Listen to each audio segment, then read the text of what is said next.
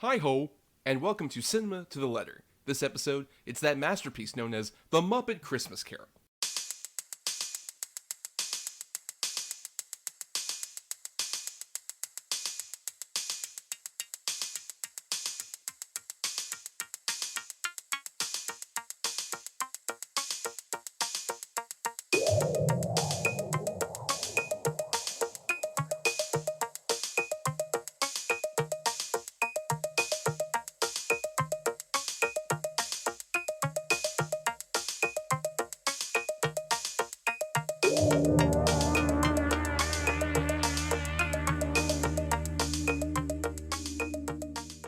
On Cinema to the Letter, we break down the very nature of cinema, letter by letter. For each episode of a film miniseries topic, we cover 6 films that fit a C for classic, I for indie, N for new, E for egregious, M for masterpiece, and A for atypical. Who doesn't love an acronym, am I right? I am Thomas, and it feels like Christmas! Hello, I am Bryan, and I definitely didn't get done crying about 20 minutes ago after watching this movie. You're going to be getting your, Bryan's fresh opinions Yes. about this particular movie, as he had not seen it or a lot of Muppet movies prior to, entering my sphere. If you're in that camp and you haven't seen any Muppet things, I'm going to force you to do that at some point. But there's a lot to talk about with this particular movie, The Muppet Christmas Carol, which will be our M for Masterpiece episode for our Disney series. And before we get into any of the Muppet stuff, this particular movie, anything like that, Bryan, you've told me before, and you said maybe on some Patreon recordings and stuff, you didn't grow up much of a Christmas person or a holiday person in general.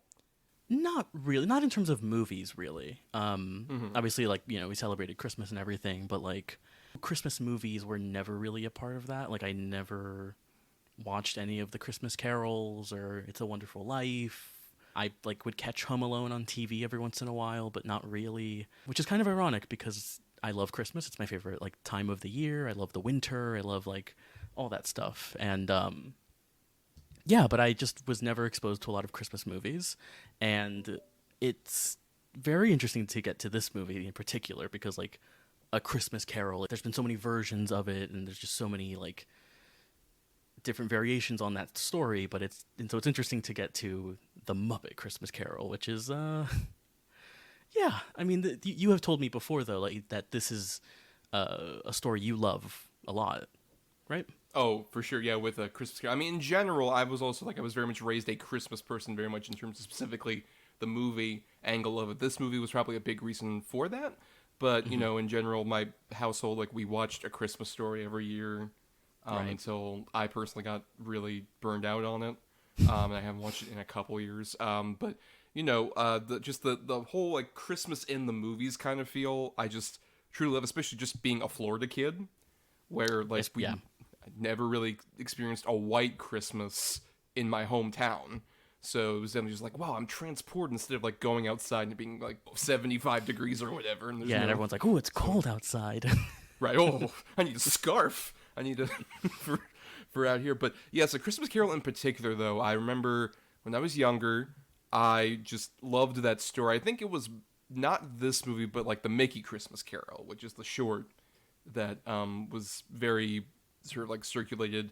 That I watched a lot, and then just sitcoms would do their episodes that are A Christmas Carol based. Right, of course. Some people have the whole thing of any Shakespeare story. I'll watch any version of Hamlet or whatever. I am like that with A Christmas Carol. I'll watch any version of this story, and I tend to, especially every Christmas, kind of seek out ones I haven't seen before. Even before this episode, I decided I've seen plenty of Muppet stuff, so how about I dig into some A Christmas Carol adaptations I hadn't seen before. I recently watched the 1999 TV movie that starred Patrick Stewart, right, which was pretty solid version of it. I found out that he apparently did it as a one-man show originally, which I would kill to see that. Yeah, it's him playing all of the parts on a stage. Sounds fucking killer. Along with that, I also watched I've watched the worst one, I think. The bottom.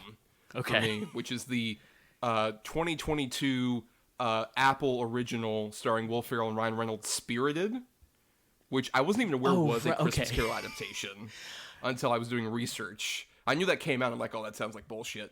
And then I watched it, and I'm oh, this is even more bullshit than I could possibly imagine. Because it is a musical, which I didn't realize either. Okay. From Pasek and Paul, the like La La Land and D. Evan Hansen guys wrote the songs. But it's like they totally the Santa Claus, A Christmas Carol, where like Will Ferrell is the ghost of Christmas Present, who like works for like as part of like a company where it's like Jacob Marley and Christmas Past and Christmas Future. They all like work in an office, and like every year they have to do a Christmas Carol to some like asshole dude, and Ryan Reynolds is their pick for that particular year. And then spoilers for this year-old movie that no one has seen because it's an Apple original. It turns out that like while he's trying to Christmas Carol Ryan Reynolds ends up flipping the script because he's aware he's in the Christmas Carol. Jesus. And he's like, well, what about you? Like, this story should be about you. It's not about. It hasn't been about me in so long because it turns out Will Ferrell's character was Scrooge. Okay. And then apparently he died a month after A Christmas Carol, so then he becomes the ghost of Christmas Present, which he's been for like over 2 centuries. And the movie ends up becoming about like, oh, Will Ferrell, you need to like, because in this world, if whenever he retires, he can go back to the world of the living and become like an actual person. And he ends up wanting to do that because he falls in love with Octavia Spencer, who plays the secretary for Ryan Reynolds. And it's so bad. I fucking couldn't stand this bullshit. And on paper, it's like subversive Christmas Carol movie. It's kind of funny. That has like some musical bits in it. Tracy Morgan is the voice of the Christmas Future, who's upset that he has to keep pointing at things, which is probably the best part of the movie. That's funny. That's like, I want to do more than point at things, which is like a cute bit. But yeah, that one, even as someone who loves this kind of shit, I was just like, how fucking dare you? And not even like in a sacred way, with like a Christmas Carol or whatever. Do whatever the fuck you want. It's a story that's over 200 years old. Right. Do whatever the fuck you want with it, but it's trying to be cloyingly sincere, but also it's trying to like be subversive at the same time with all this stuff. Right. It's got that Ryan Reynolds energy, I assume. Right, and it's over 2 hours long. Oh, Jesus. And it's like there's so many points. I'm like, guys, end this for the love of God, end it. I was literally just like by the end of it, like Scrooge with the future, like Spirit, show me no more. Are these images things of what has been or what can be changed? Can I make this get off Apple Plus? Can I like fucking erase it from existence? Yeah, I never watched that. I saw that it was like promoted on Apple for like a week, and I was like, not gonna watch that because I don't like Ryan Reynolds, and Will Ferrell's very hit or miss. I did not know it was a Christmas Carol like riff. Well, now I've sold you on it with all that. Yeah, now I'll never watch it. But I know, so you aren't as big on it, but I know you've seen at least like a couple versions of the story, right? You're aware. Yeah, I think I'm just sort of like you. I think, like you said, like aware of the story just through like every show, every cartoon has done like some, spoof on A Christmas Carol in some way, and like I mainly, weirdly enough, I have seen the Robert Zemeckis A Christmas Carol like multiple times. I don't remember Starring why. Jim I think Carrey. it was right. Yes, and I rewatched it for this episode because I was like, it's the Disney miniseries. They made A Christmas Carol, so let's revisit it. And I hadn't seen it in like probably since it came out. And that one's not a bad movie, I will say. Like it's Robert Zemeckis' animation era is a different discussion altogether. But like I don't mind that version of the story. Like I understand what you kind of love about the story. There's something so inherently like beautiful about it where like I don't even love the Jim Carrey A Christmas Carol, but like when he wakes up and is like the nice version of Scrooge, like it gets me. It makes me like just cry because there's just something inherently like just so beautiful about the story. Right, just that whole idea of like redemption and finding Right. that even as like the stingiest, miserliest person possible, it gives you some hope that like, oh, there's like a way that you can change if you actually look back at your life, which of course we all know if you did this to a rich person, that would totally happen. And they would not be awful. Like, I don't know, where's Elon's A Christmas Carol? Oh, God. Yeah, he's going to be visited by 3 ghosts they're going to talk to him about Twitter, about X. The ghost of blue check marks past, present, and future. Like, I also read, like, the actual novella when I was younger, and I was especially interested because, like, you mentioned the Zemeckis version. That one is actually a bit more faithful than a lot of other versions. That's like what I've the whole heard, thing right. with, like, want and what is it? It's like want and ignorance. The two kids that are underneath Peasant's cloak. I think, yeah. That not a lot of versions have that particular thing. I don't love the Zemeckis version of anything else because like it'll have these like very faithful moments and then do just like dumb Zemeckis shit, like when the Ghost of Christmas Present is like, oh, let's go over to come and know me better, man. And then we do like a fucking theme park ride where like the fucking room is moving around. Like, fuck off, this is dumb. And having Carrie be all three versions of the ghosts is a very interesting choice. Yeah. Because I don't think he's bad as Scrooge, and I actually kind of like elements of his performance, even if it is definitely a Jim Carrey performance. But yeah, it's not a bad movie, and like despite a lot of the CGI ugliness that it definitely has, like I don't know, there's enough there, and I think just the inherent kind of beauty of the story, and also just the Christmas spirit, I think just kind of like. I don't know. I don't hate that movie. I'm not as huge on that particular, the Carrie version. Nothing else, because I don't think it's actually a problem with like Carrie as Scrooge. I like that design of him as like the miser, like he fits kind of perfectly with that. It's like everyone else around him is so dead inside. Like, and that's really harmful, especially with like a Bob Cratchit and his family, where it's like that's the like sort of emotional tug and pull of the whole story, and they all look like such fucking zombies. Yeah, it's the really like bad thing about that movie is just the people look so unnatural and like very creepy. It's a weird movie. Yeah. I mean, I would say my sort of favorite Christmas carols though of like the adaptations would probably be like if you want your classic Scrooge, I'd recommend like the Scrooge from 1951, which stars Alistair Sim. That's kind of like the perfect, very standard version, like Victorian London, very faithful, all the other stuff. There's the Richard Williams version, the short, which is great, the animated short from the 70s. Then the Doctor Who one with Matt Smith and Michael Gambon. Right. Which is like my favorite like Doctor Who anything, honestly. I think that's such a great version of that story.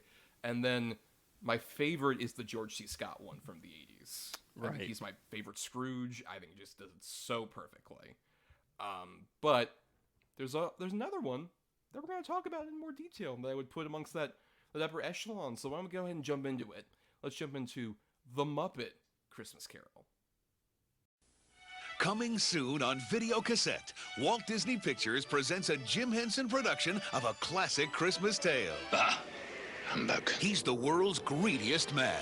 It's Ebenezer Scrooge. Until the magical night he meets someone extraordinary. Hello. It's Charles Dickens' classic tale. As only the Muppets can tell it. It's good to be heckling again. It's good to be doing anything again. Stuffed with holiday warmth and cheer. 'Tis the season to be jolly and joyous. This is the movie to see, to share, to cherish with someone you love. Thank you for making me a part of this. Coming to video cassette this fall. It's the Muppet Christmas Carol. God bless us, everyone. Whatever.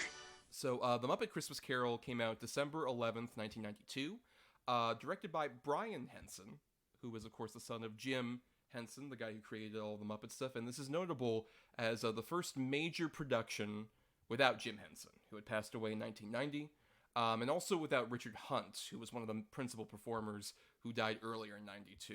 He was the guy who did, like, he was Beaker, he was Waldorf. Okay. Scooter was probably like his main character, the guy with the glasses. He's right. Like, hey, boss, don't worry. That guy. But yeah, so two major figures in the Muppet world had died prior to this movie being out, so a lot was on its shoulders. And we should just go ahead and get into the Muppet angle of it.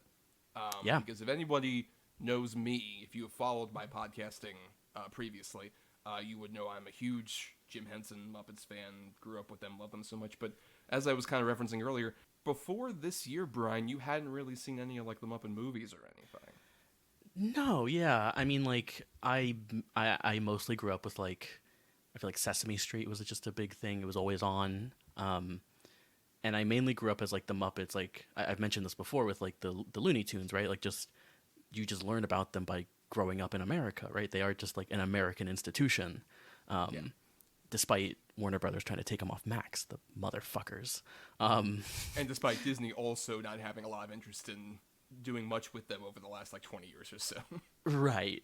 But that was mainly how I knew of them, and but yeah, it wasn't until this year that I started really watching the Muppet movies, and I watched the first three. So the Muppet movie, The Great Muppet Caper, and Muppets Take Manhattan earlier in like the summer, and I just didn't get to A Christmas Carol because it was the summer, and I was like, this feels very weird. Could have done Christmas in July, but I could have, yeah, but I don't know. But yeah, and then I in the lead up to this episode have watched all, I guess, what, 8 Muppet movies, right? Mainline Muppet of the theatrically films. released Muppet movies, yes. Right. Yeah, and I love them. I just think they're the fucking best, and even like though they are very like much a children's entertainment, I have like fallen in love with them as an adult, and just think that these movies are just so great. Even the bad ones, I think, have some redeeming qualities, but I've just loved discovering kind of what the Muppets are actually about in their movies, because like, yeah, they're so entertaining and they're so much fun, and I just love seeing them. And I mean, yeah, the Muppets are great. I love them. Yeah, I remember when I was younger, I had the VHSs of Great Muppet Caper, the Muppet movie, and this one, which I didn't watch all year round with like the Muppet Christmas Carol. But those were the 3 main ones I watched. But also, I like at a certain point really dove deep, because I remember very distinctly, like, I loved the Muppets when I was a kid, and then I remember when I was in, I think, like 4th or 5th grade, going over to my library at school and seeing like there was a biography section, and there was one for Jim Henson, and I'm like, oh, I recognize that name. He's like on all the Muppet things. And then reading just this like very like simple biography book where I would find out stuff about like, oh my god, for the opening shot of the Muppet movie, he's in like a little tank underneath a log, like doing the puppetry. It was like such a fascinating thing. And also my dad was like a huge, like, he loved the Muppets too. I think that's a big thing with like the Muppets, is they feel less like just specifically children's entertainment as much as family entertainment, truly. Yeah. Because it feels like it's one of those things where the Muppets get classified definitely a lot more into like, oh, it's like kids stuff, with like your Muppet Babies and right, like Sesame Street as well, that connection. But I like that Henson always kind of had that philosophy of like, no, I should be making things that like would entertain an entire audience, including like an adult in the audience. I think that's what's so great, is that like any joke that you can find in like a Muppet movie, there's like one that'll entertain an adult, one that'll entertain a kid, one that'll entertain like an old person. It's just like it runs the game. It's like a true like 8 to 80 kind of thing. Yeah, absolutely. And like that, I think what works so well about them is like, all of the movies are very much about them like being performers, and they are like, they want to entertain. But I love, that they have these sort of, it's kind of the thing that people said about Pixar the whole time, where it's like they make stuff that adults will also get and like and stuff like that. But it's just in the references that are just like, I mean, there are some references in those old Muppet movies where I'm like, I don't even get who this person is, or like what the cameos and stuff. We're just like, who the fuck are you? Yeah, but then they'll also have like Orson Welles, in like one of the greatest scenes in all of cinema. Prepare the standard rich and famous contract for Kermit the Frog and Company. It's great. It's great. And I love those two sides where like they have these like, and especially like in the 2011 Muppets, for instance, they'll have a lot of like A-list stars that like everyone will recognize, and yet like, it runs the whole gamut of kind of entertaining everyone, which is what works so well about them. But also just the like the puppetry, which is something I'll never understand. It's one of those things like just like animation where I'm just like, it might as well be magic to me, because I'll never get it. It's so great in just the character design, and also just like for example Kermit, who's such a simple design for his character, and yet he's so expressive, and I think that just really makes all of them. They're all like that. They're all just so expressive and unique, and like you just fall in love with them. And I'm curious, as a newcomer, do you feel like a big difference between the Henson and post-Henson era with the Muppets, like from Muppets Take Manhattan to like this and forward with the various Muppet movies and stuff? Do you feel a distinct like difference? Is it some magic missing for you with that? I mean, not really. I mean, for this especially, I would never have imagined this was like after Henson's death, for instance, because like I think this movie's phenomenal. It is such a great showcase for how great the Muppets can be. And even the next movie that comes after this, Muppet Treasure Island, which, like, I have a lot of issues with.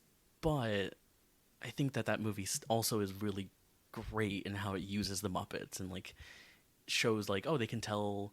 we can just put the Muppets in other, like, stories and just have, you know, that's funny. But also it's really great to see them tell these stories with the Muppets.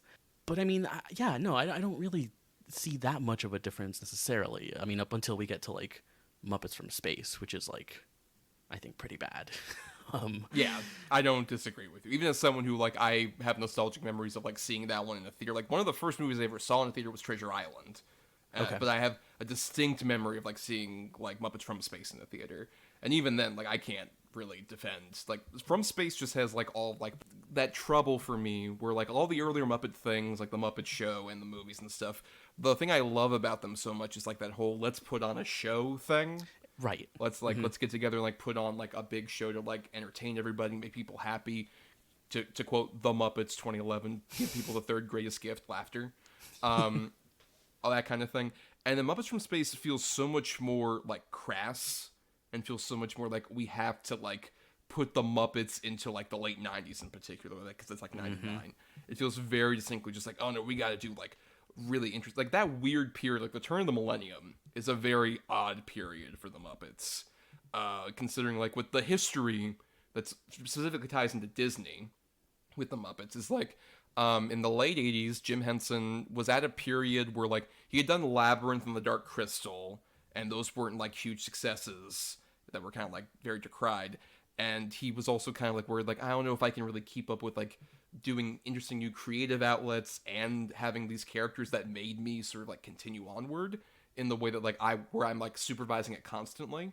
So he wanted to make a deal with Disney, at the time run by Michael Eisner, hello, who, interestingly, I found out had been, when he worked at ABC in the 70s, was the main guy who greenlit, like, one of the early pilots for The Muppet Show when he worked over there. Like, one of the early pilots, yes. And so then he was like, you know what, I want to, like, try and give my characters a really solid legacy to, like, continue forward.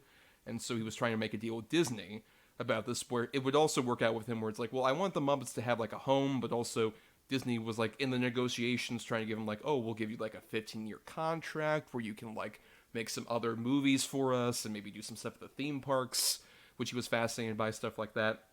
And the negotiations were infamously kind of disastrous with Henson. They were, like, very long, and the boys, like, Jeffrey Katzenberg was, like, screaming at him, and Michael Eisner was like, hey, could we maybe get the Sesame Street, like, characters too? He's like, no, stop asking me. That's a children's television workshop. I don't own those characters. Stop it.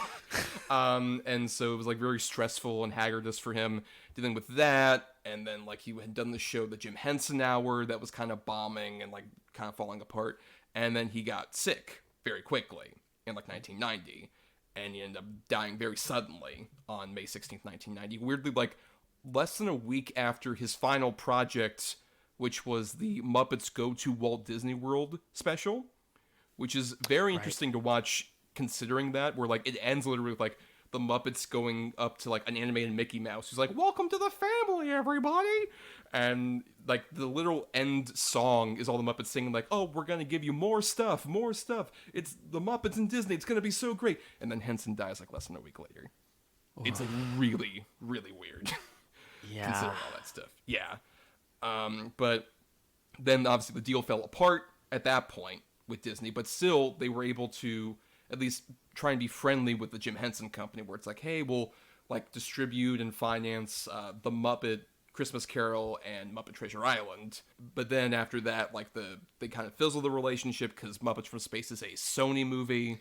Yeah. And, like, and then a lot of the other projects thereafter that. There's a weird point where, like, in, I believe, 2000, the Muppets were bought by, like, some obscure German television company who owned the rights for, like, a second before they went bankrupt and sold it back to the Jim Henson Company. And then finally, Michael Eisner, near the very end of his tenure, when he is, like, being ousted from Disney, in, like, I would recommend anybody, the Disney War book does a lot more detail about this particular era where he's like on his way out, he's barely just like, well, I want to get the Muppets. That was the one thing I couldn't get because the deal fell apart.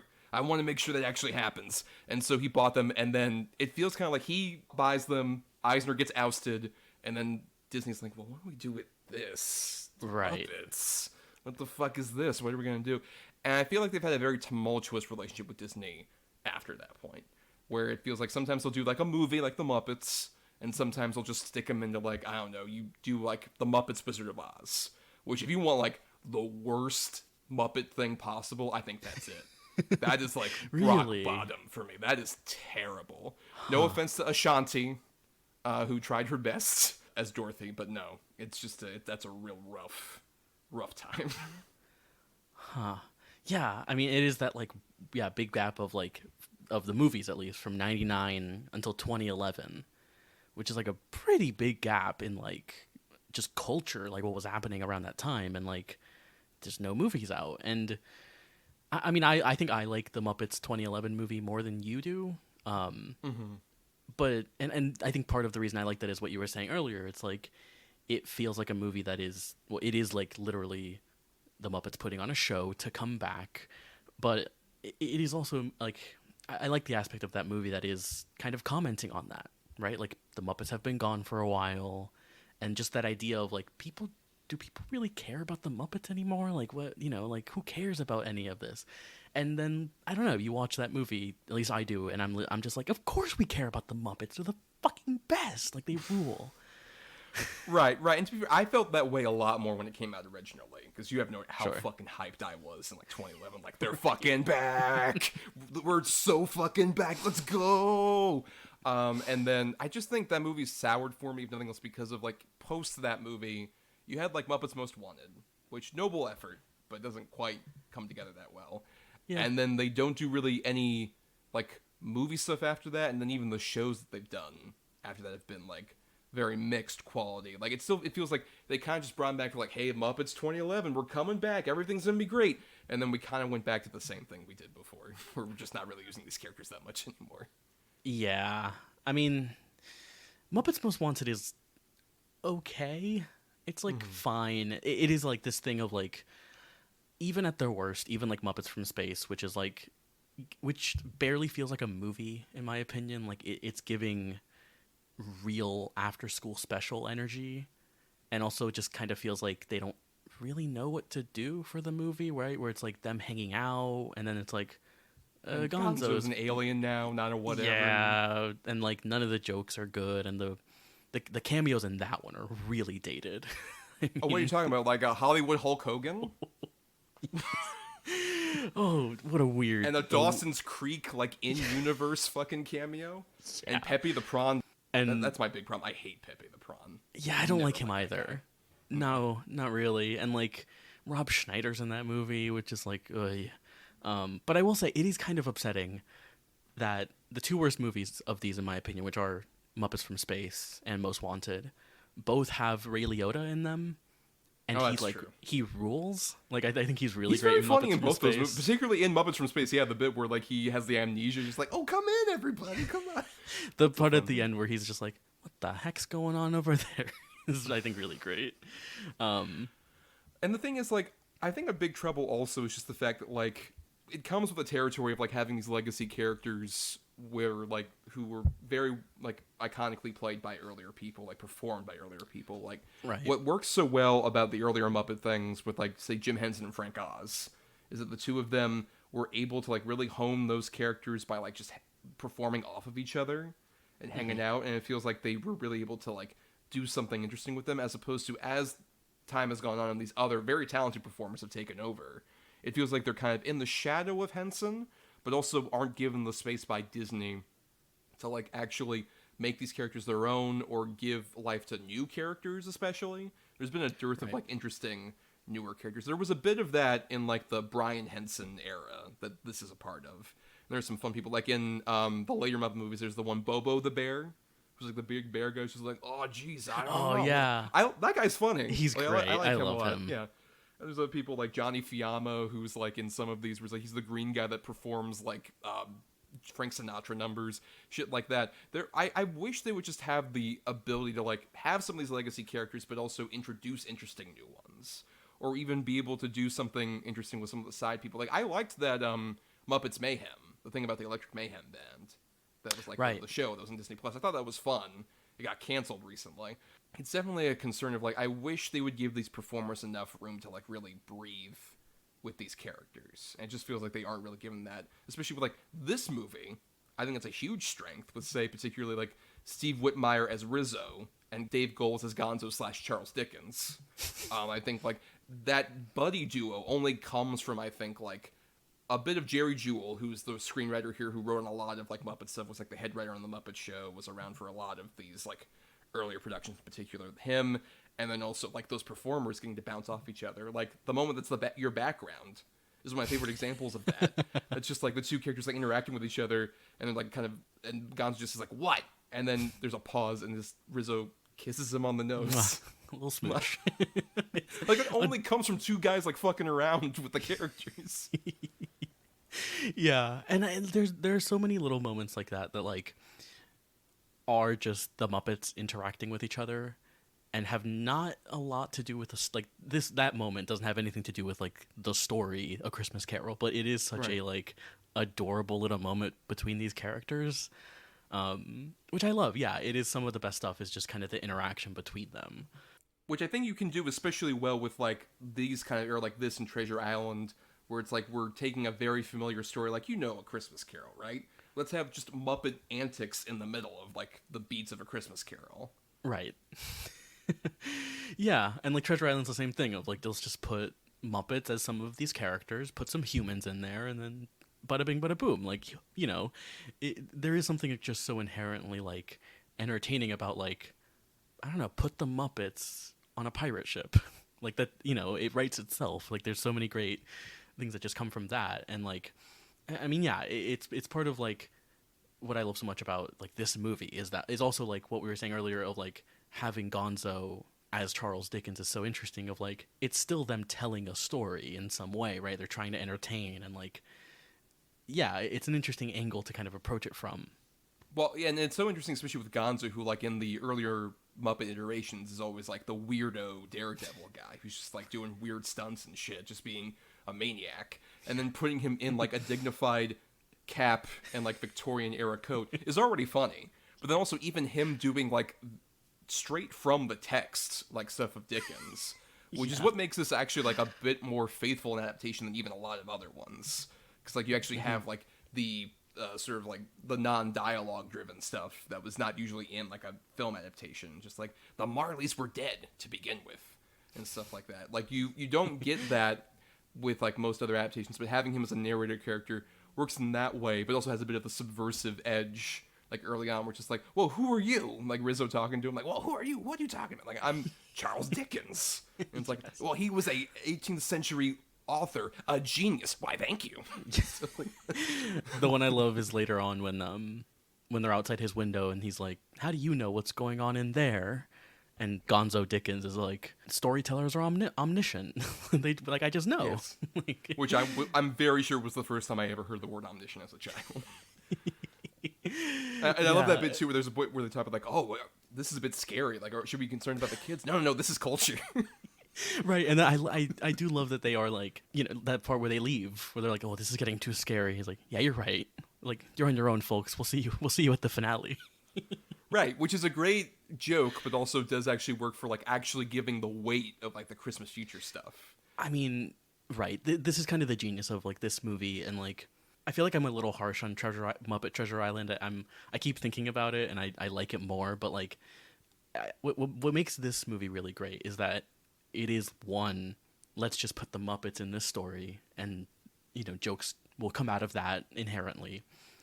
But like, I love that there is a genuine.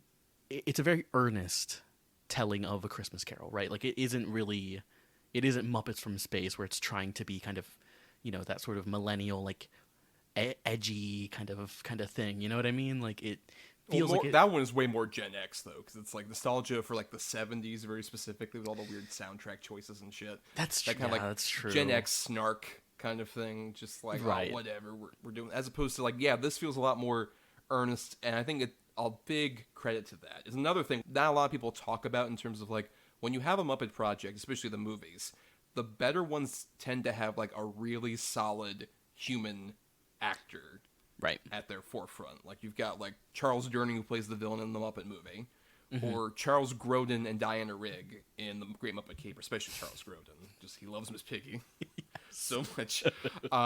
Even Take Manhattan doesn't have as strong an element of that, but at least like, you know, like the Jenny, the waitress lady, and the Broadway producer's son are like still fun and feel like a similar low status to the Muppets, so you're kind of endeared a bit more. Right. But then this movie, of course, has Sir Michael Caine. Michael Caine. My name is Michael Caine. Who is phenomenal in this movie. Like, one of my favorite Scrooges. And I think particularly because he said this as much, like, when he was asked to do this by Brian Henson, he's like, I'm going to treat this like I'm doing A Christmas Carol with the Royal Shakespeare Company. Not like I'm doing it with Muppets. And that is so crucial to this movie. Because if you had a guy in here who was, like, winking and nodding the whole time, he had, like, James Corden or whatever, like, some asshole. God. Who's just, like, fucking, like, bumbling around, just being like, wink, I'm Mr. Scrooge, or whatever. That wouldn't be nearly as, like, impactful as, like, the moment he, like, comes walking in with, like, that Scrooge number, you're instantly just like, this guy is an asshole. And he doesn't give a shit about how cute any of these guys are, especially that little bunny guy, Bean Bunny. Which is so cute, particularly. Where just like, please, sir, get a penny for a song. And then he, like, gets the wreath, and then he opens the door back, and Bean Bunny's like, oh, look, he's gonna give me a penny. And he, like, throws the wreath at him. He, like really hurled it at him. It's really Yes. funny. Yeah, and, like, I mean, it really is what works about this movie, but also, like, what's so crucial about really just getting, like, those cameos in Muppet movies. I think it's really, like, I almost feel like a sort of measure of a great actor is like, can they act opposite like these Muppets, right? Because I think of, like, you know, Orson Welles, or like, I love like a lot of the cameos in the 2011 Muppets, and like, Or it is Treasure just- Island, Tim Curry, my man. and Treasure Island Tim Curry. He is incredible in that movie. And like, yeah, it is just, you know, can these actors like act alongside these Muppets, these you know, and These little guys. yeah, and it is kind of, can they take it seriously enough and not kind of, I think those are some of my favorite performances, is the ones that treat it so seriously, like a Chris Cooper in the 2011 one is also great. Yes. Yeah, it just works so well about this, and yeah, he's a great Scrooge, and like is giving a really great performance, and yeah, it's what's great about this movie is that it is a bunch of, you know, animals and Muppets and Animal, of course. Himself, yes. But yeah, it's just, his performance is really grounding you in, like, this is still a rendition of A Christmas Carol, which is just, yeah, so great. And I think a big reason for why he also works just in general with, like, this being a Christmas Carol adaptation, I think the best Scrooges tend to be guys who treat the material like, you know, that character as if they're like, okay, I am a mean, angry person, but it's not out of, like, total animosity. Like, I've seen Scrooges where somebody's like, oh, I'm bitter and Right. evil. Like that, versus Caine feels like he's, like, bitter about the world, but in a way that feels like it comes from, like, he has been hurt in the past. Like, you can tell from his eyes, it almost feels like he's, like, suffered a lot of, like, regret and a lot of anguish about, like, his past decisions. So you gotta have that kind of thing. He has it perfectly. Like I said, from the moment he's, like, walking around, he walks with the gait of a guy who's like, I have no time for people around me. I've already suffered too much in my life. I don't need to, like, bother with you little miscreants down on my fucking feet and whatnot. Yeah, but then there's also just, it's just really, like, also funny when, like, the scene where he's in the office and, like, they're asking for, like, more coal. It's just really funny to see Michael Caine, like, argue with these, like, rats and Kermit. How would everybody like to be unemployed? This is my island in the sun. The most Muppety gag in this movie, but it works perfectly. It is, yeah.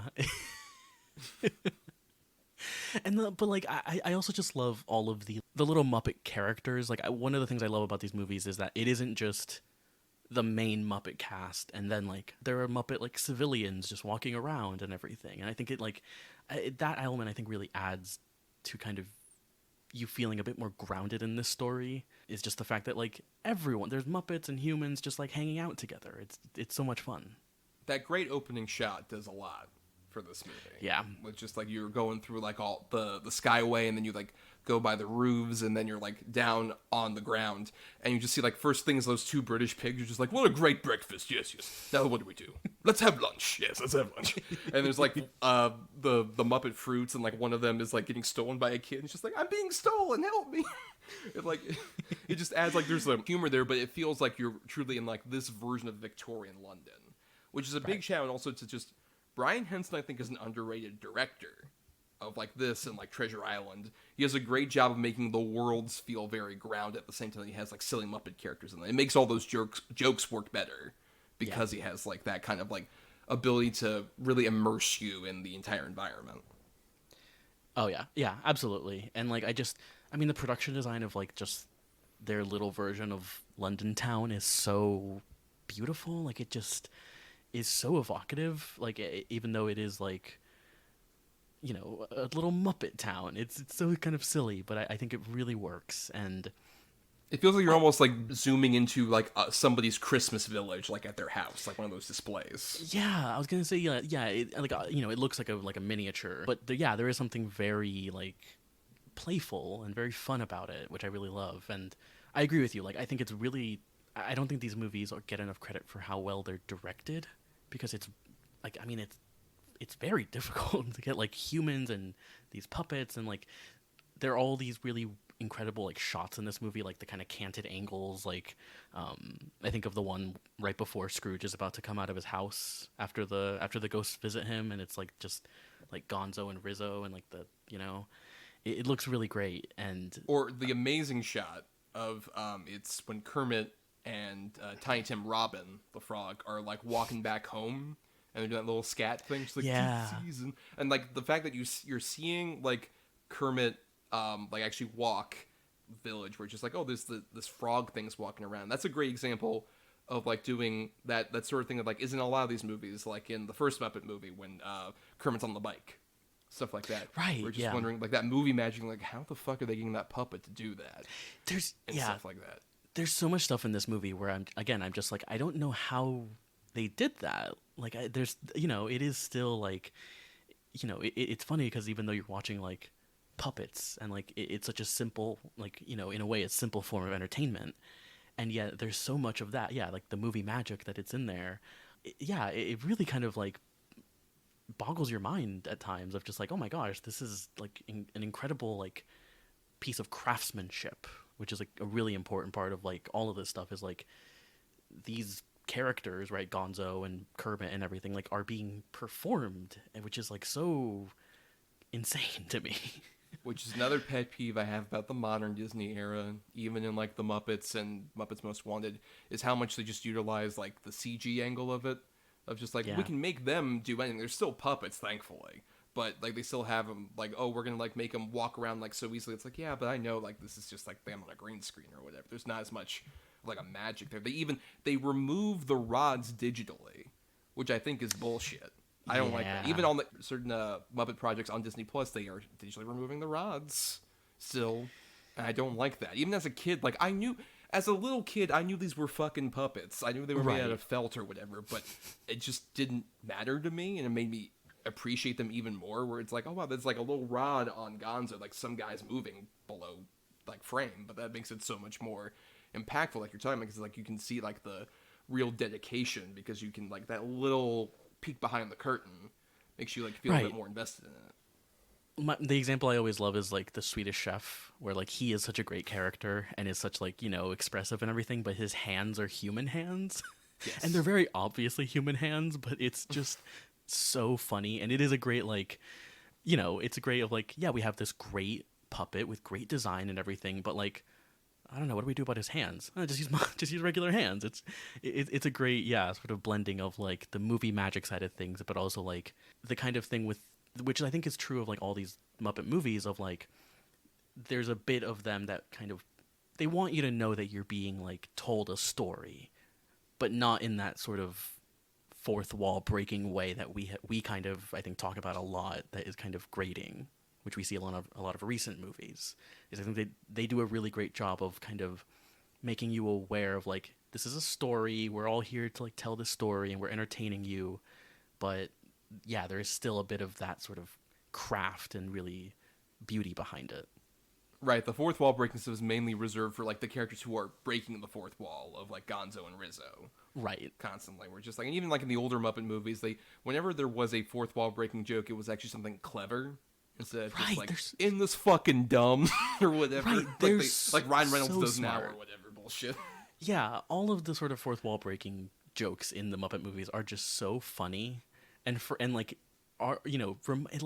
it is very weird to sort of be reminded, like, oh my gosh, we can have these, like, nudge nudge, like, winking at the audience moments and have them be genuinely hilarious sometimes. Like, they just really get me. Like, I don't know, just off the top of my head, like, I love just, I don't know, the travel by map thing I always think of from, like, the 2011 Muppets, where it's like, how'd you get here? Oh, we traveled by map. Like, it's great. My favorite, the one that, like, blew my mind as a child, is still in the Muppet movie with, like, when Kermit and Fozzie meet the Electric Mayhem, and they were trying to explain everything, but it's like, here, just read the script. And they read, like, up to that point in the script, just like, and it's like, oh, what an interesting story. All right, we'll help you out.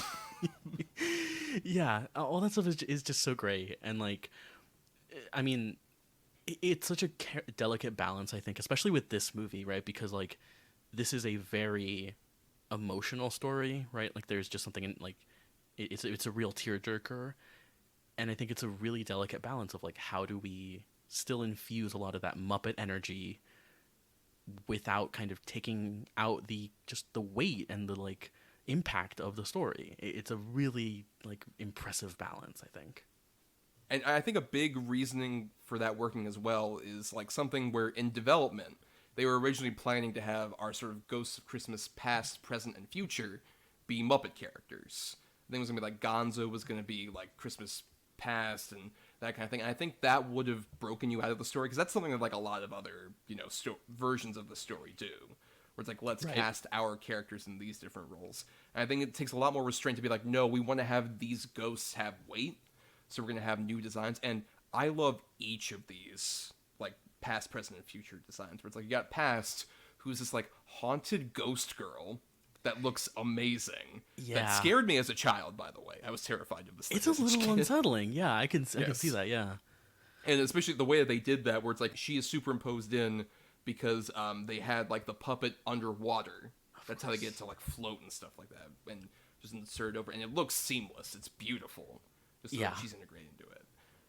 Yeah, it's great. I think, like, well, because that's what I was wondering, right? Because I watched the Jim Carrey A Christmas Carol last night to kind of, like, re-familiarize myself with, like, the A Christmas Carol story.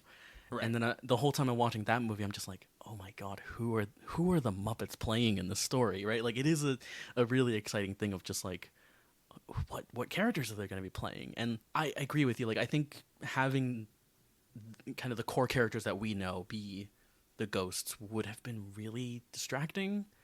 And I think I like that they chose to do them.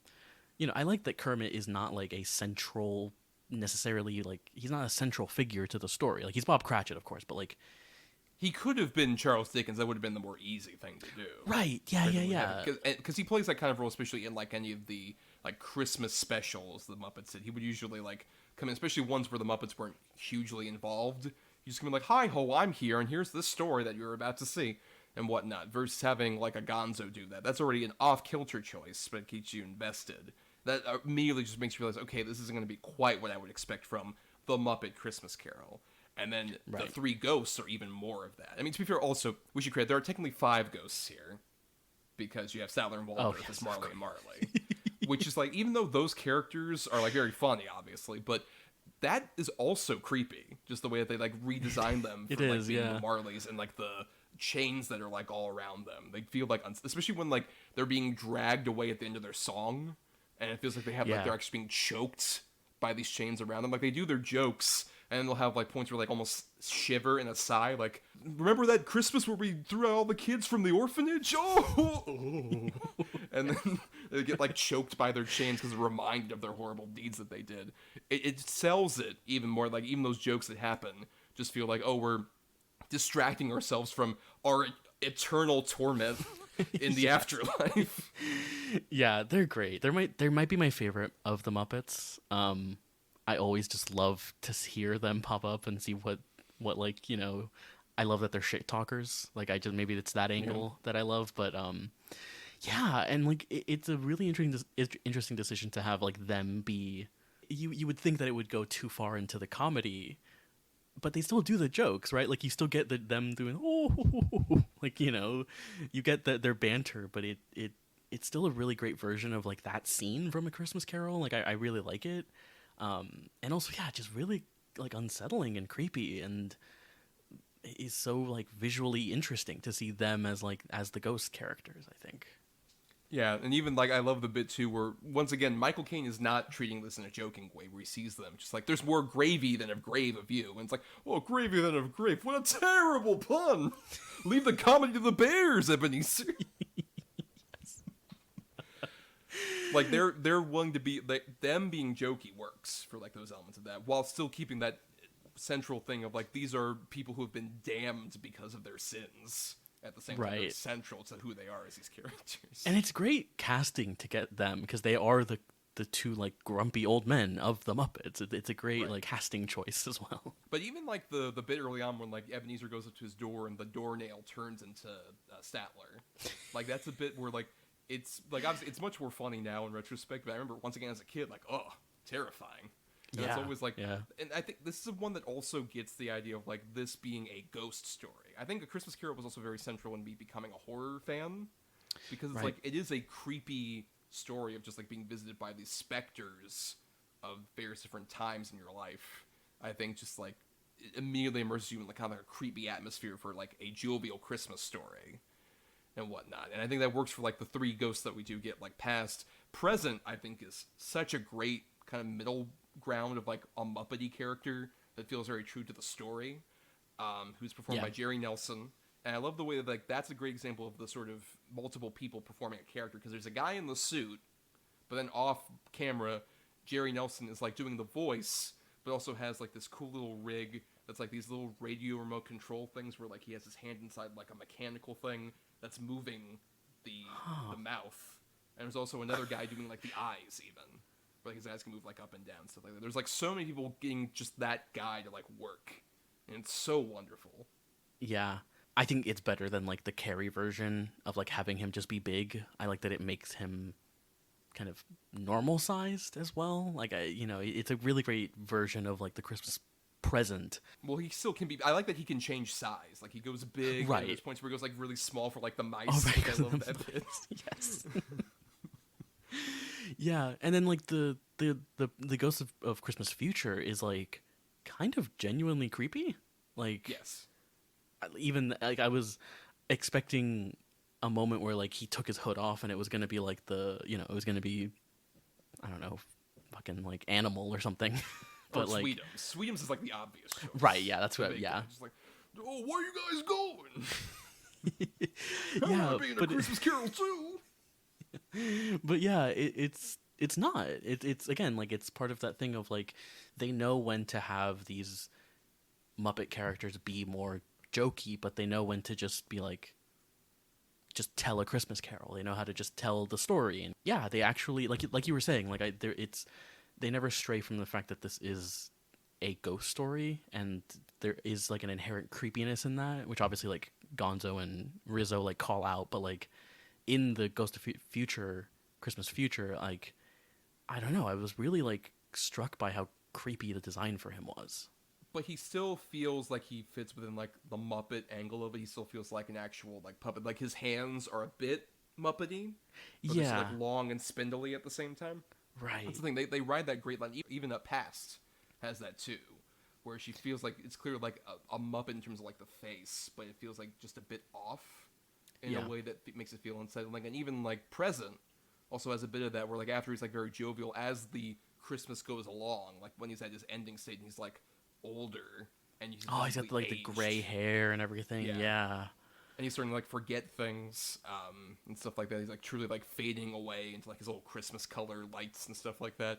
It feels like they're keeping the spirit of the Dickens novella like central at the same time they are like Muppety characters. And then having like Animal or Sam Eagle fuck around and stuff like that, which I love. Sam Eagle is so great when he pops. It's just like it is the American way, huh? Oh, it is the British way. That's a great example of what we're talking about, that sort of fourth wall breaking where it's like, it's Gonzo or Rizzo that like whispers to him, right? Like, yes. Yeah, it's just great. And he's great. I love that works so well because like he gets that little information that says it's the British way, and then he looks around like, the fuck was that guy doing here? He's not one of my students. And there's also a great little bit like as they're fading away, and he's like, "Oh, the coach is gonna come for you." He's like, "Now don't tip the driver." So yeah, I love Sam the Eagle. He's great, and like I love him in Muppet Treasure Island as I forget the character. Right, as Sam Arrow. Arrow, yes. Yeah, he's great. And but I think that's a big thing. What's interesting also with like him and some of the other things, like if I had an issue with this movie just in terms of less the specific adaptation and more like sort of Muppet history in general, this feels like kind of the beginning of the end of Frank Oz giving a shit about the Muppets. Because you notice his characters are utilized here. Like Fozzie Bear is just Fozziewig, who pops up for a couple scenes. Which is great, though. It's a great. Like... It's a great pun. Worth it for the pun. And then Miss Piggy also is Miss Cratchit, who only appears in like a couple bits and pieces. So it feels definitely like it's not nearly as egregious as like in Treasure Island, and especially from space. Like literally at that point, someone else is puppeteering on set, and Frank Oz is like dubbing the voiceover later. And you can really okay. Right. It feels like those characters aren't nearly as like heartfelt from Oz as you can see previously. It feels like once Jim passed away, he really dove more deep into like his directing career. He wasn't interested. This one at least feels like it's kind of like his bon voyage, as it were, from the characters, because he's still like actually there on the set, and he's like an executive producer and stuff like that. You love to see Miss Piggy just show up, and whenever she shows up in one of these movies, they always give her like a great reveal, you know. Yes. With her and the chestnuts, she's like, "Mother, you said we couldn't eat the chestnuts." Like, oh, I'm just tasting it to make sure that it's done. It's a chef's thing, dear. And I always love to hear like what she's gonna call Kermit, right? Because she calls him Kermie, but in this one, it's Cratchy. And also, even with like her character here, her and Kermit, like a big thing, like despite the fact that obviously Kermit gets to do some like funny bits here and there, like the One More Sleep Till Christmas number and stuff like that. He gets to like have some fun with like skiing around. They still treat the material even seriously with like them. Like they have like funny joke bits here and there, but like the scene after like Tiny Tim has passed in like Christmas Future, and they just have the whole thing where Kermit's talking about like we chose a little spot on the hill so you can see the ducks on the river. And she says, like, Tiny Tim loved looking at the ducks on the river. I think that was one where I had one of my cries. And then Kermit, like, literally goes into, like, the whole thing, like, life is full of meetings and partings. Like, oh, fuck, dude, what? Yeah. Jesus. Oh, man. That's part of the stuff where it feels, especially, like, this being the first movie with that Jim Henson. Like, I think that's part of it. Right. Honestly, that it feels like they're kind of, like, going through that angle of it, even. And, of course, this is also Steve Whitmire, his first turn at Kermit. Yeah. Mm-hmm. And how do you feel about, like, because that's a big sticking point for a lot of people, is, like, Kermit sounding different. And, like, some of the other characters, like, sounding different and whatnot. How do you feel about Steve Whitmire's version of Kermit? I don't mind it. I definitely notice a difference from, like, obviously from Henson. Because, like, I think Henson in those first three movies is, like, perfect as Kermit. Like, I really love just, like, Kermit in those movies. He just has, like, I don't know, there's something so perfect about his characterization, the voice and everything. But I don't dislike it by any means. I definitely think it's like a noticeable difference, and like I kind of notice it, but it doesn't really take away from like Kermit, because he's such a great like character. I think he's just, like I said earlier, he's like so simple, but he's like weirdly expressive a lot. Like his like lips move a lot. It's so like subtle, but I think it's great. And He does a great job for like up until he does them for all of them, right? But up until Most Wanted. Right, yeah, because shortly after Most Wanted, there was a whole thing. I'm still not even completely sure of the details of this, where basically, like, he apparently was a massive diva about, like, oh, I'm Kermit. Right. Like, you have to, like, follow my demands. Like, Kermit wouldn't do this, Kermit wouldn't do that, like, that kind of thing. Mm-hmm. And people just eventually got tired of just like, fuck off, dude. We're gonna get somebody else. And they got Matt Vogel, who I'll never get over. Like, they got the guy who played Constantine, the character infamous for, like, not being able to replicate Kermit. And they got that guy to fucking play Kermit. It still feels so weird to me. It is weird. Yeah. I don't know. I like Constantine, though. He's fun. No, he's a lot of fun. Yeah. And I think the thing is, with some of these other movies, I think it works for this movie, but in some of the other ones, something that's kind of missing for me from, like, Kermit after Henson dies is the moments where he will actually, like, kind of blow up and kind of be frustrated. Right. Mm-hmm. That doesn't really happen nearly as much, because it feels like they kind of have to make Kermit sort of a figurehead, and they can't really make him have, like, those moments. But that was kind of the appeal to me. Like, on the Muppet Show, there'd be so many points where, like, oh, a gag is falling apart, or, like, there's backstage drama and Kermit can't, like, handle it, and he'll just, like, blow up about something. That's part of, like, the endearing quality of him, as opposed to, like, I'm just a straight-up good guy who doesn't have any kind of, like, foibles or human, like, anger issues or whatever. Yeah, that's true. Yeah, no, I like that. No, I don't know. I still like the voice and the characterization of Kermit, like, but I will say, yeah, there's something very special about Henson in those 3 movies doing Kermit. Like, I really think that I love, yeah, those moments where he blows up are just really funny and are just, there's something very cute about him, but, like, seeing him blow up is just so, I don't know, it's so charming. Or even in, like, Takes Manhattan, that's what kind of my favorite part of that movie is there's, like, the whole point where they're like, oh, they're desperate and they don't know what to do. And they keep looking like, Kermit, can you help us? Kermit, guide us. And he's like, I don't know.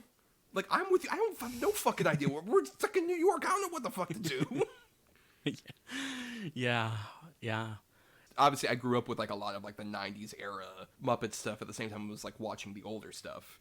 So right. I never, like, found quite as big a difference aside from that, which only came from, like, years later being, like, analyzing it, as opposed to, like, when I was a kid, it's like, oh, no, it's Kermit, whatever. Sure. Yeah. It is also very interesting that, like, the 3 I watched months ago were the ones where Henson is Kermit, and the ones I watch now are the ones where it's Whitmire. So yeah, I'm also having a bit of, like, trying to remember from, like, months ago, but yeah, I'd be curious to kind of revisit those first 3 ones, because I now want to even more after watching, like, all these other ones. Well, especially, like, going back to, like, some of those old Muppet Show episodes as well. That's a fascinating thing if you want to see, like, the weird sort of, like, the cameo element of it. Those are ones where, like, they'll just have weird people host, like, Mummenschanz, which is, like, a troupe of mimes from, like, the 70s, did an episode of the Muppet Show. Great. And it's like, you'll have, like, that next to, like, Mark Hamill, like, right around the time of, like, Empire Strikes Back, where Luke Skywalker and C-3PO, R2-D2, and Chewbacca show up. That's a very funny episode. That's cool. But yeah, you know, we haven't talked about the music here, which is very key. This is a musical, and this is Paul Williams returning after he had collaborated with Jim Henson on, like, the Muppet movie and some other projects, and they brought him back to do songs for this one. How do you feel about the songs? Oh, I love the songs. Maybe because, like, the last one I watched was Muppets from Space, which is not a musical for some reason. No. Which is one of the many bad things about that movie, but, like, I had forgotten that this was going to be a musical, basically, and, like, first off, this movie is 90 minutes. Even with the, quote, full-length version. Right, we'll get to that. This is a key part of, like, the song discussion. Right, it's still 90 minutes, and, you know, when the songs start, I'm like, oh my god, there's going to be fucking songs in this, too. And they're great. I love I forget their name. What are the 2 old guys' names? Sadler and Waldorf. Sadler and Waldorf, yeah. I love their little song, which you talked about a little bit about. Like, it's funny, but also still has that kind of darkly, like, macabre kind of edge to it that the story has. The musical angle of, like, the Muppets is so interesting because, like, it is such a really important part of, like, my enjoyment of them is that these are musicals, and I love just getting to see these, like, puppets perform these really elaborate and, like, gorgeous, like, musical numbers. they're just so like joyful. I really really love them. Yeah, I think right from the start, like I love Scrooge, the opening number, which is like that clever wordplay that Paul Williams has in a lot of his songs, where it's like, when the cold wind blows, it chills you to the bone. But there's nothing in nature that makes your heart freeze like being alone, like stuff like that. It's such like very bouncy melodies, but there still is like a bit of like what you're talking about, the kind of the macabre angle of it, which is like the unkind as any and the wrath of many. Like I also love the different performers sing like bits. Like it feels like just a huge group thing, and also even like the staging of that is amazing. Where it's like you're at the height level of the Muppets and you have Michael Caine walking around. And that's just like on a filmmaking level when you consider the fact that like all of those puppeteers are like on a stage that is like 4 feet off the ground where they're like performing underneath. And Michael Caine has to walk on like very thin walkways to be able to even accomplish that shot. And if he like steps 1 inch too far to the right or left, he like fucking falls. So it's just like, it's so like meticulous to get a shot like that. But like, we're especially like, there's one shot where it's even just like him walking continuously to his office, and there's like a huge row of like Muppets singing alongside him. It's like, it takes a lot to make that even work. But I love that opening number. I love the Marley and Marley number. It Feels Like Christmas, which is just like a favorite Christmas song of mine in general. Oh yeah, I just love that song. And the singing of a street corner choir, getting warm by the fire, and all that stuff. Yeah, I mean, like that song specifically, like really kind of it's that the love of Christmas. Like I don't know, there's something about like I'm not really sick of Christmas music. Thankfully, I still really love Christmas music, and that song just kind of like really, I don't know, really just brings out that sort of feeling. I mean, feels like Christmas, but like that feeling of like the holidays. That's so like, I don't know, so cozy and so comfortable. I love that song. It feels like warm cocoa, truly. Like all the songs in this, it has that kind of appeal of like warm cocoa, and I think it's why I think, you know, all the other people have written songs for the Muppets and done a great job, but I think Paul Williams just has that perfect mix of like what we're talking about that like so key to the Muppets, of just kind of like that cleverness, that bit of like a wry sense of humor, but also a sincerity at the same time. I think like makes him the perfect person to write for the Muppets. Even like I recently rewatched its Letters to Santa, which was a special they did in like 2008, and they brought Williams back to do like songs for that one. Like not a lot of great songs, not necessarily like my favorite special, but it has so much warmth when like they perform songs of his, to the point where I'm just like, do Piggy of the Paradise, do it, cowards. Let them do it, Disney. But we should talk about, of course, When Love Is Gone, which is a weird kind of like thing with this movie, where in the original like cut that was at least screened at, like in press screenings and stuff, they had this song that appears during the Christmas Past segment, where you see young Scrooge and young Belle, his love interest, do this song. Mainly she does the song, their breakup song, and her like leaving him, and like being the true moment where like he becomes the miserly character, which is a very key thing in most of the Christmas carols, most of the better ones anyway. But when this was screened for preview audiences, Jeffrey Katzenberg was very vocally like, the kids aren't going to be interested in this at all. They're not going to have any investment in like this. This song has no Muppets in it. What the fuck is this shit? And wait, so they that's cut it. what they cut out? That's what they cut out. They cut out that entire song. Oh, wow. And then, but the weird thing is, it wasn't in the theatrical version, but it was on the initial home video releases. So when I was a kid, I grew up with like this song being a factor in like consistently like on my original VHS tape.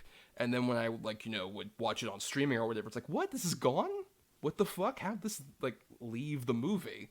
And so you could only see it for a while on like the full screen version of the movie. Oh, sure. That would be on like the early DVD screens. That was like the last time it was made available. So then eventually it seemed like, oh, we're never going to be able to like restore this. They thought they'd lost the negatives until around 2020. They found it and they were able to restore it, and they just put it on Disney Plus last year in its full form in the extra section. You got to really dig down. Yeah. To fucking find this full version of the movie, but it's restored in 4K widescreen, and I think it's very key to like the story in general, but specifically this version of the movie, to have that element of it. Even though there aren't really any Muppets there, It still like keeps you immersed in like the actual arc of Scrooge, and Michael Caine gets to sing a bit more, and it feels very like earnest because he never sung before this movie. I think that adds to it because Scrooge kind of feels like somebody who doesn't sing often, and then when he sings here, it feels like somebody who's just getting used to the idea of singing again in his life. Yeah, there's that part where he starts to sing during that song, like towards the end, and it, like my heart was just like, oh my god, like there's something about his performance in there where he like it feels like the moment where he is like becoming a person, you know, like it's the moment where he is just like breaking down, and like just seeing Michael Caine like cry in the background is just like it's so heartbreaking, and like. Yeah, it's a great song. I was wondering what was cut out because it's only like 2 minutes from like in difference from the theatrical to the full length version. So I was wondering what got cut out. I can't believe it was that. In the version that most people can see on Disney Plus, it like cuts from her saying like, "Well, I guess you not knowing that is exactly why this isn't going to work out," and then she like walks off camera, and then just cuts to like Rizzo and Gonzo like crying. Like on the sidelines. Yeah, the joke doesn't even work if you don't have the song, because like that's what they're crying to. This is, and that's not even like a joke really to me. It just feels like it's a very earnest, like Rizzo's crying about this shit. It's sad, dude. Like I love that moment because it is like they don't comment on it. It's not like Rizzo isn't like, oh, it's so sad. You know, he doesn't say anything. It is just like, yeah, this is so sad and so beautiful and heartbreaking. He's crying and Gonzo's comforting him like friends do. They're bros. Yes. Yeah, just like Charles Dickens and a rat would do.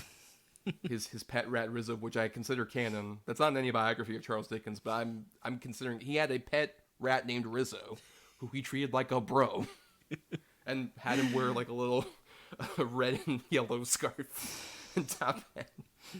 I love even like their little bits in between, sort of, you know, the Scrooge stuff. I think is really funny. Like we talked about the kiss, which is great, but like the joke that comes before the kiss, where he's like, "Jelly beans, they were in my pocket the whole time." I think is great. Him not knowing the bars, they're great. Yeah, the bars bit is so good. Where it's just like you could walk through those bars the whole time. Yeah, you're such an idiot. They just move on. Yeah. Or the bit where Rizzo ends up freezing is also great, and he has to like crack him like a popsicle. Just, I guess I should be thankful for that. You're welcome. Yeah, and they don't overstay their welcome or anything. It's not like the movie grinds to a halt to like do more bits with Gonzo and Rizzo. It is just like, you know, I love it, and I love that they have to like physically follow the story. I just love anytime they're on the windowsill, like especially towards the end where they're like, "Is it safe to be up here?" And then they get knocked down off of like the second floor or whatever. Like just so many of those bits are like great, but don't overstay their welcome like I think a lot of other movies would, and how easy I think it could be, you know, to just do like the Muppets like riffing on A Christmas Carol or something, like just making jokes on like the sides or something. But they don't do that here, and I think it's a really great decision. How do you feel about some of these smaller Muppet characters kind of being utilized in here? I like them because like, you know, it is like kind of what we were talking about, like putting just the Muppet characters into A Christmas Carol. It would be so easy to have them be like these much bigger roles because they're the Muppets, and like, you know, we want to have them front and center. But I like how restrained a lot of the use is, even though some of it obviously comes from like the Frank Oz stuff that we were talking about earlier. Or even just also like Jim Henson not being there. Like, for example, Rolf's not at all in this movie. And you notice he's not in like the 90s Muppet movies at all. Because he was like sort of like the first Muppet to be big, because he was on like talk shows and stuff before even Kermit was. Sort of the character that made the empire the Muppets were kind of built on unofficially. And so they kind of like restrained from using him that much. And even like Swedish Chef's only there for like one bit and stuff like that, some of these other characters. Yeah. But at the same time, yeah, I like that, you know, even just having certain ones, like I love Bunsen Honeydew and Beaker as the guys asking for the donations. I think it's a really solid use of them too. Just like, how much can I put you down for? Nothing. Oh, you want to be anonymous? And so that's really funny. I cannot express how much I love his design. Is Beaker's the scientist, or is Beaker the? Well, Beaker's the Meep guy. Okay. He's a bit taller. Bunsen Honeydew's the scientist guy. Bunsen Honeydew. I love his design. There's something about every time he pops up, I don't know what it is, but just the shape of his head and like his eyes, I don't know. The fact that he doesn't have eyes is so great, he just has glasses. Right. Yeah, I don't know. There's something about his face that's just so funny, and like I find him so like endearing. They had a song that was cut. They had a song, and Sam Eagle had a song as well that was recorded. You can hear them on the soundtrack, but they are not songs in the actual movie. Which I get, because like I don't know if those characters need songs necessarily. Sure, right. But they're very fun. You can hear them. They're solid songs. But yeah, I like their use. I like the Electric Mayhem at Fozzie's. Yeah, I love Animal just kind of being there for like a second, and he's just like right up on the camera and like quiet like that. And then also him, like when they're actually playing, he just is doing like the triangle, just like ding. And then eventually just like 1, 2, 3, and like go ham. Yeah, and I mean, again, this just part of the thing we're talking about of like this movie not trying to be kind of like subversive or edgy in any way, where like they don't go into like a metal song or something, like a huge rock song. Like they just play like a jovial like song. It's great. And while we're on this section, I love the ways that they try to fit Swedish fish. Sorry, I was eating Swedish fish yesterday. Worky pork. The fish. But I love the way that they try to fit him, like Swedish Chef, into it. Like I think it's in Treasure Island where he shows up on the island, and they turn to the camera and they're like, "How else are we supposed to fit him into this movie?" Right. Or even like obviously this is like a more central character, but I think this is the best use of Robin the Frog in any of these things. Kermit's nephew is Tiny Tim. It's like he's made to play that particular character. He's so adorable. It's just like the way he coughs even is just like so sad. It's so bless us all. Yeah, his design is so great. Like everything about it, like just the way he's dressed and everything. But when they like, it's during the future section when he's like passed away, and like they just show his like his like crutch and his hat, and I'm just like, oh my gosh. That's one of those the best Christmas carols know how to make that fucking line from Present work so well, where he just says like, "I see a crutch in a corner without an owner," like that. Yeah, and yeah. They really make it like work, especially just seeing this like cute little fucking puppet frog. Yeah. Just like talking about like, "Oh, we went to church and everyone was so jovial and fun. I can't wait for Christmas." I also love the detail, even like the other kids. I'm Badina. I'm Bowen.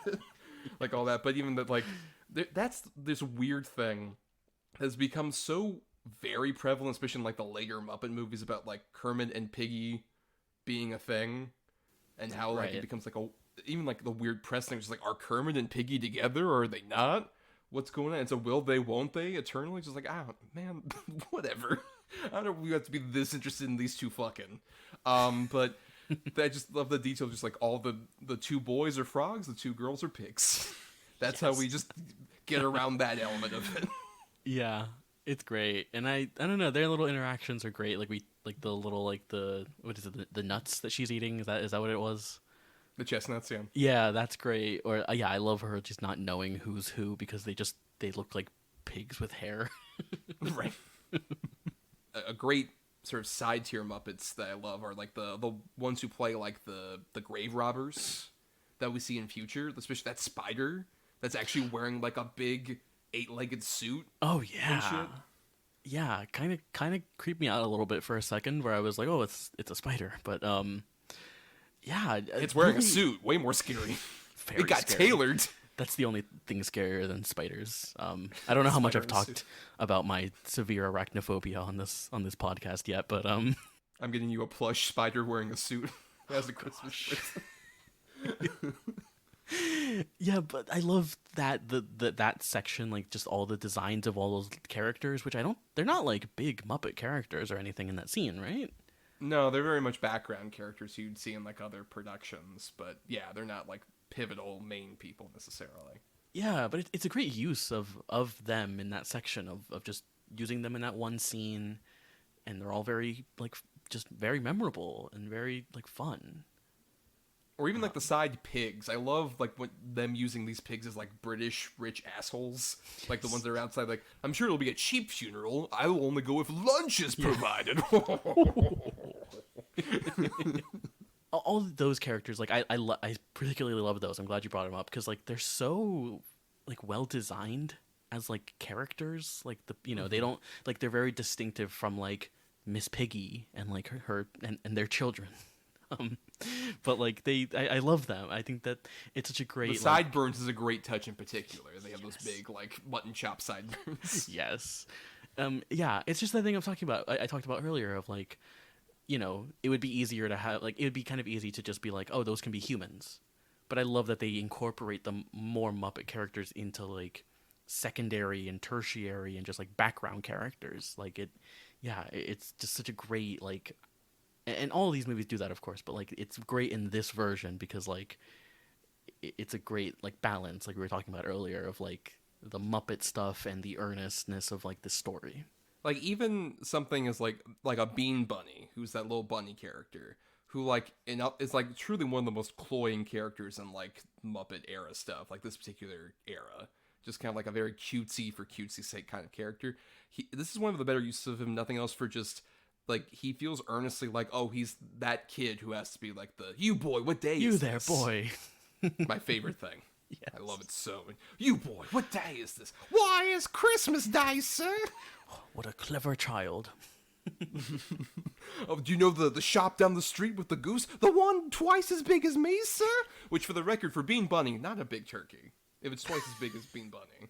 That's true. When it is like a human child, you are like, oh my god, that's a huge turkey. But it is like, yeah, he's a tiny little bunny. Right. They utilize him well there. Or even like just that one shot where like he's just shivering inside of like a newspaper or whatever. Yeah, it's there's something about like just the way that the Muppets use like the tiny characters, like Tiny Tim, right? Like just the small characters where you're just like they're so fucking cute. Where you can't help it. You can't help it. Yeah, and even like a Rizzo, who on paper should be like the ugliest thing possible. Adorable character. Yeah. Like I love that bit where I think it's during like the One More Sleep Till Christmas, where like he gets thrown into the barrel and then Gonzo looks down, he's just like got his arms on his sides and he's like tapping his foot. It's like such a cute, funny shot.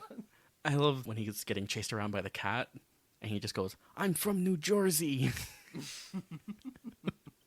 Which again is one of those like fourth wall breaking moments, but it's so like random and just funny that like it just makes me laugh.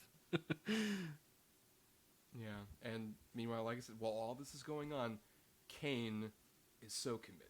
Yeah, like it's interesting watching this now when like he recently announced his retirement.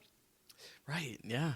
Despite Caine being like kind of infamous after a certain point for being like a guy who would do anything for a paycheck. Yeah, that's after true. a certain point. Like his great line about Jaws the Revenge, where it's just like, I haven't seen Jaws the Revenge, but I've seen the house it paid for, and it's quite lovely. And stuff like that. But yeah, it's one of his better performances, I would honestly say, which is saying a lot, because he's done a lot of great stuff. But I think, especially of like the sort of, 90s onward period, it feels like he's genuinely just invested in like every little bit of it. Even when he is doing like you boy, what day is this? And so that he feels like he's just genuinely a reformed person at that point. Yeah, I mean, that's the real magic of like the A Christmas Carol story for me, is that part when he wakes up and is like a new person and he's like, I feel light as a feather, merry as a schoolboy, like that kind of thing. Where, I didn't like, miss it. Oh, I didn't miss it. It's so like key to like the Scrooge performance, because like he genuinely feels like changed, and like when he sings the song at the end, it's just one of the most joyful things I've ever seen.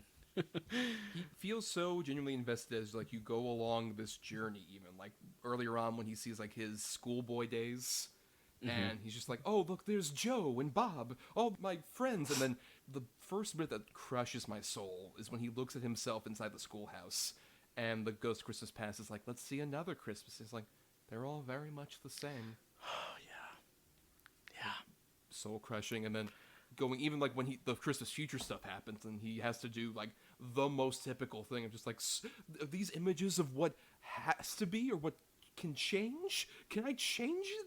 and stuff like that, he feels genuinely invested that whole time. Yeah, but what I like about this, and like I keep comparing it to the Jim Carrey one, but it's just because it's fresh in my mind. Right, the other great A Christmas Carol adaptation that you've seen. Yeah, but like it also doesn't feel as like especially the last bit where he's at the cemetery doesn't feel as like really heavy-handed and really like I don't know Cloying. Yeah, it doesn't feel like too much. It's just enough where he is like it feels like a genuine like plea where he's just like please let me like change this. I'm a changed man. Like it's really great. I love that section.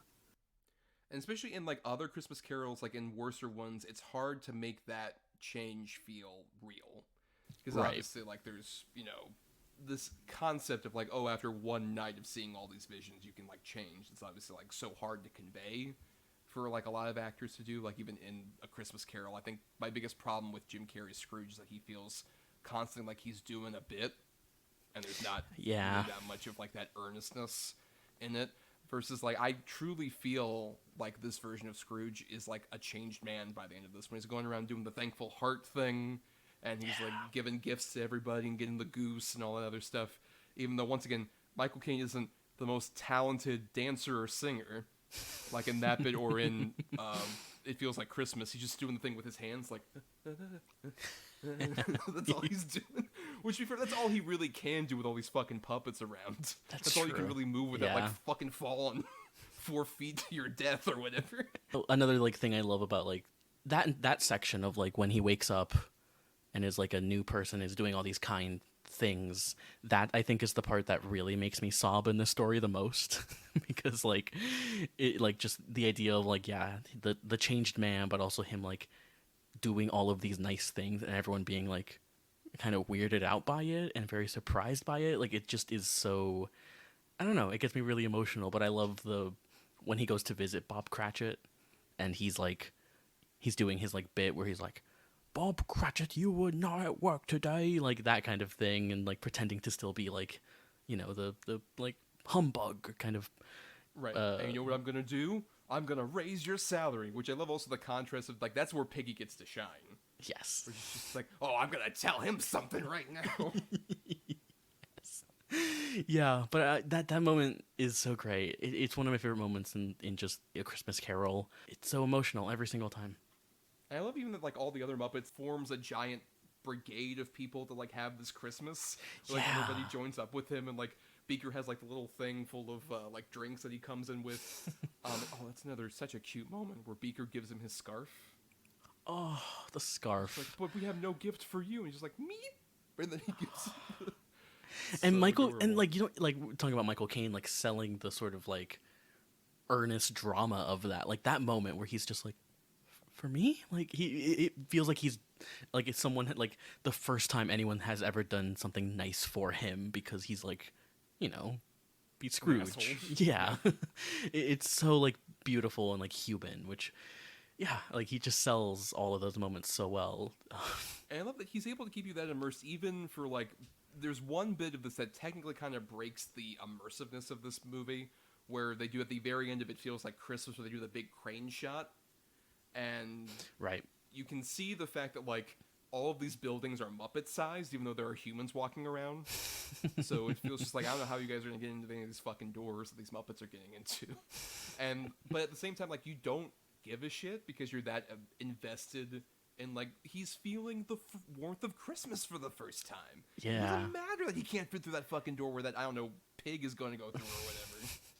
And just but the design, like I mentioned earlier, the design of like the London that they've built, and I just love how like angular it is, and how like kind of all of that stuff, all the angles and everything. Like it has like just a very unique feeling, even though there's a lot of bits like that I love. And also shout out, along with like we've mentioned the production design being so great, the costumes in this movie are phenomenal. And from Muppet or human, perfect costumes for everybody. It all feels like of a piece. A big thing I always love in a Christmas Carol adaptation is the look of Scrooge in his pajamas is like crucial.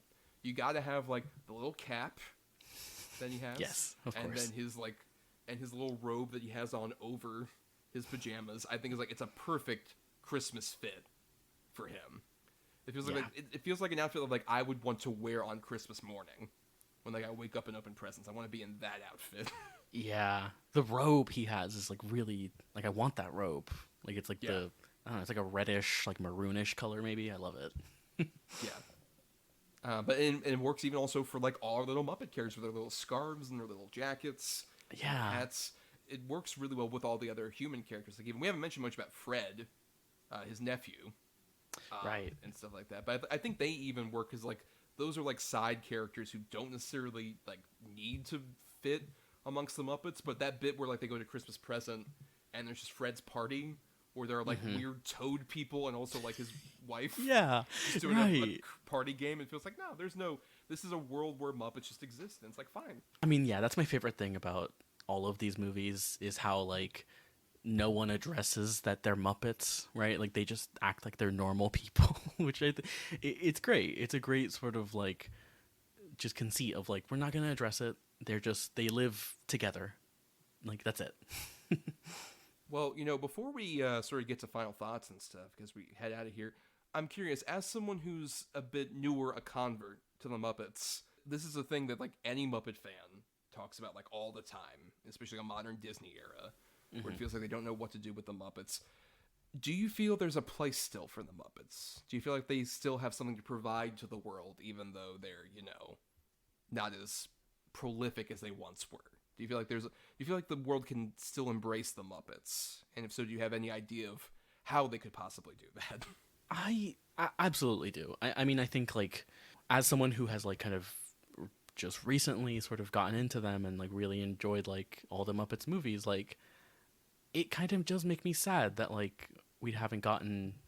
I mean, next year it'll be a decade since the last Muppet movie, which is like very upsetting because I think like it sounds very like cliche, but like I think what the Muppets do is like they put on a show and they entertain. Yeah, it feels like Disney doesn't want to do anything with them, and it feels like that's such a thing where like Disney's just like, oh, we can't do anything kind of subversive or interesting with these characters really in the way that they want to. Maybe I don't think they should be kind of updated in that modern way, right? You know what I mean? Of like all the fourth wall breaking and all that stuff that we kind of talk about. Like I think the Muppets work best when they're just like this, right? It's just a straight up like earnest story or earnest like entertainment. I would love to see them make a new Muppet movie. Like I'm really like I don't know what they could do for the plot. Like I feel like the 2011 Muppets kind of, for better and worse, kind of was a great way to do a legacy sequel of like the Muppets. Arguably kind of created the modern legacy sequel. Oh, right, exactly. Yeah. Right. I think it's so easy to do something like that. I think like Muppets Most Wanted is kind of a cautionary tale of like how you can go too far with like celebrity cameos and just doing too much. But I would love to see like a new Muppet movie and get like new like celebrities in there. Like I don't know, I would love to see like Timothée Chalamet hanging out with Gonzo or something. Like I don't know, give me some of that. They're not that far off from each other, to be fair. Like there was that joke that was going around when the first pictures for Wonka came out that Gonzo looks kind of like Timothée Chalamet. Actually, kind of does. He really does. Yeah, I think the problem is like I don't know. As much as I love the Muppets in movies, I kind of feel like if we're gonna do movies at all, I think the way to go is to kind of do this thing again of like Muppets in a classic story. Like one that I constantly hear like people pitch that I'm kind of for is like Muppet Dracula. I think would be dope where you get like a guy to play Dracula and then you get like some celebrity, like I don't know, like Oscar Isaac plays Dracula or something like that, and then you have the Muppets around and like this. And I think that would work for like a Disney Plus especially because they kind of did that with like the Haunted Mansion special they did a couple of years ago, which was fun. I think it was like a cute thing. At the same time, I think the better thing to do with them is, a lot of people have said this and I agree with it, do like another Muppet show. Where you just have like episodes and you just have like a celebrity guest come on, like have Timmy be on that. Yeah, have Zendaya be with the Muppets. Like, come on, that's like I think I don't know like if the general public would care about that, but I think like it would be great to see like a lot of these like newer younger actors that we have like be in a Muppets thing, and especially because like we were talking about with Caine, like I think it's really great to see actors like try to act alongside Muppets, and I think it's a really great showcase for like just actors and comedians and stuff like that. Right. Though I think the danger also at the same time is like something that I think going back to the Muppets 2011 is kind of a problem is like now you have people who are like too big a fan of the Muppets who like grew up with them. And so there's that weird giddiness that they kind of have like I'm in a Muppet thing instead of like no, you have to like treat this seriously. That's kind of my problem with like I like Jason Segel, but he feels just kind of like I'm in a Muppet thing. And this is great as opposed to like actually treating whatever drama of it seriously. Which I think Amy Adams does a better job of, honestly, in The Muppets. Yeah. Because it's just like, you can't keep hanging out with your brother. We should be in a relationship. Your brother who's a fucking 4-foot-tall Muppet. Yeah. To be clear, I love Jason Segel, and I like him generally, too. I will not speak ill of him. But, no, I know what you're saying, though. And I think, like, but that would be interesting to see, like, well, what, like, celebrities who are popular now could be in a good, like, Muppet movie. Like, that is, like... It would be a fun sort of thing to see. And like, I agree with you. Like, yeah, make a Muppet show. Why not? And have them be on that. Because, like, Lord knows Disney has, like, the money and the cachet to be like, hey, Tom Hiddleston, come be in this since you're in Loki or something. Like, you know what? Yeah. I mean, he's in Muppets Most Wanted, but, like, you know what I mean. Right, one of 10,000 celebrity cameos in Muppets Most Wanted. Yeah, which, again, like, that's kind of a very, you know, a cautionary tale of, like, that's how that can go too bad. Where just like you blink and there's a new celebrity on screen. Right. Like that's what like I don't want at all. Like I think it should be something like, you know, even in the 2011 Muppets, like there are a lot of celebrity cameos, but I love like I think Rashida Jones is so great in that movie where she is has just so much contempt for the Muppets. And like it's so great at performing that. Or even like in the original Muppet movie, they have celebrity cameos, but they like let them breathe and actually do like a scene, right? Instead of like they're here, shove them in the fucking camera and right, get them out of here immediately because they have like 5 minutes to be on the set or whatever. Yeah, I think like probably the best example for me in the Muppets is probably Jack Black. Exactly, like perfect. That whole bit of it just being like he's forced to be on here. Right, and like especially because like you see him early on with like Animal, and you're like, oh great, Jack Black is in this, and then it's a great callback when they kidnap him. It's a very kind of delicate sort of decision of like getting like who do you like what celebrity can be in the Muppets. It's a very interesting sort of process. So I think another key is less a celebrity and more of like an actual actor, because that was also kind of my problem with the Muppets Mayhem thing. It's like their main character that they anchored it around, the human character, was that Lily Singh. Oh, the YouTuber? Yeah. They had like the weird talk show and stuff. I don't want them to have like TikTokers in the Muppets. Like it would be great to see kind of just like what sort of who's popular right now that we could get to be in the Muppets. Like I don't know. You know who'd be a dream is like Tom Hardy. Tom Hardy feels like he'd be perfect. Exactly. Right. Because he feels like he'd be like a silly weirdo alongside the Muppets.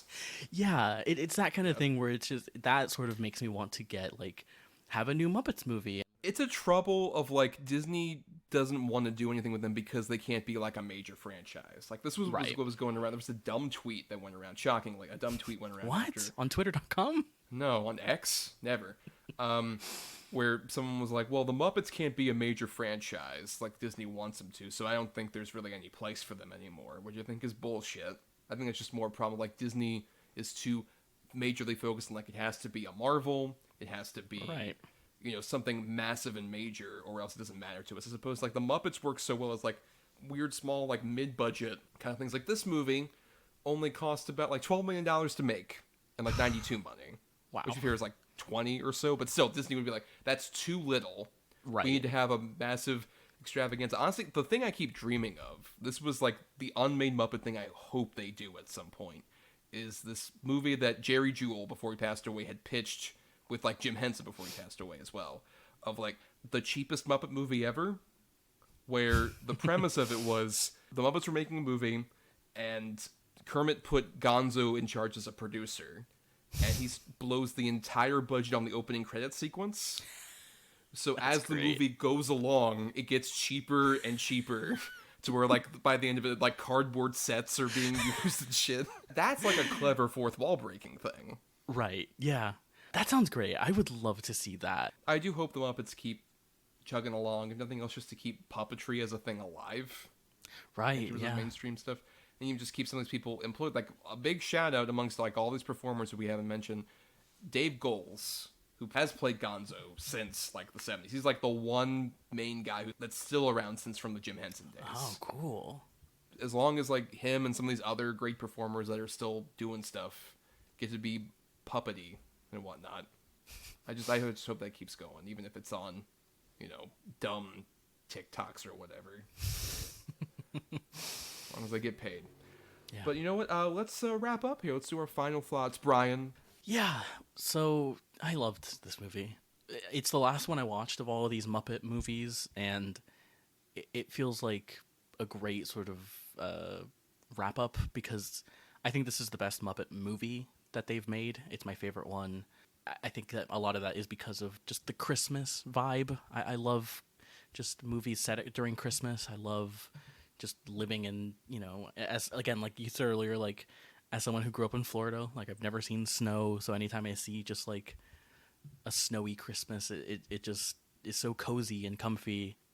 Just the idea of putting the Muppets in A Christmas Carol and telling that story, both with the silliness and goofiness of the Muppets that we all like love, but still carrying the really earnest nature of the story and telling it earnestly, telling it like, you know, it's not an edgy, subversive like Christmas Carol or anything.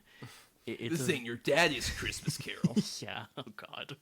But just, yeah, the way that it is a mixture of these actors who have incredible gravitas, like Michael Caine, with like Gonzo, the great Gonzo, and you know, You respect his fucking title. yeah. It's a really like beautiful movie as well, like from I think the perspective of like, yeah, just the puppetry, just the design of all these characters, the sort of movie magic angle of it all. It's just such a beautiful movie. I don't know, it got me so emotional because of, which is weird to say for a Muppet Christmas movie. Like it feels kind of a weird thing to think of, but I just was sobbing during this thing. It's a beautiful movie.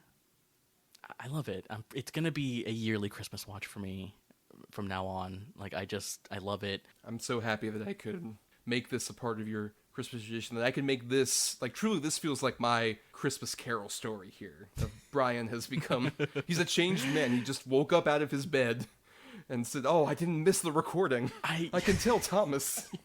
I mean, I am. I have, like, really fallen in love with, like, the Muppets as characters while I've been watching all of these movies. And, like, I don't know, something about, like, the Muppets, along with just Christmas, have that sort of childhood, just remind me of, like, childhood, and just that childhood, like, whimsy, and, like, just, I don't know, there's something about it that I just am really, I love it, and I love the Muppets as characters.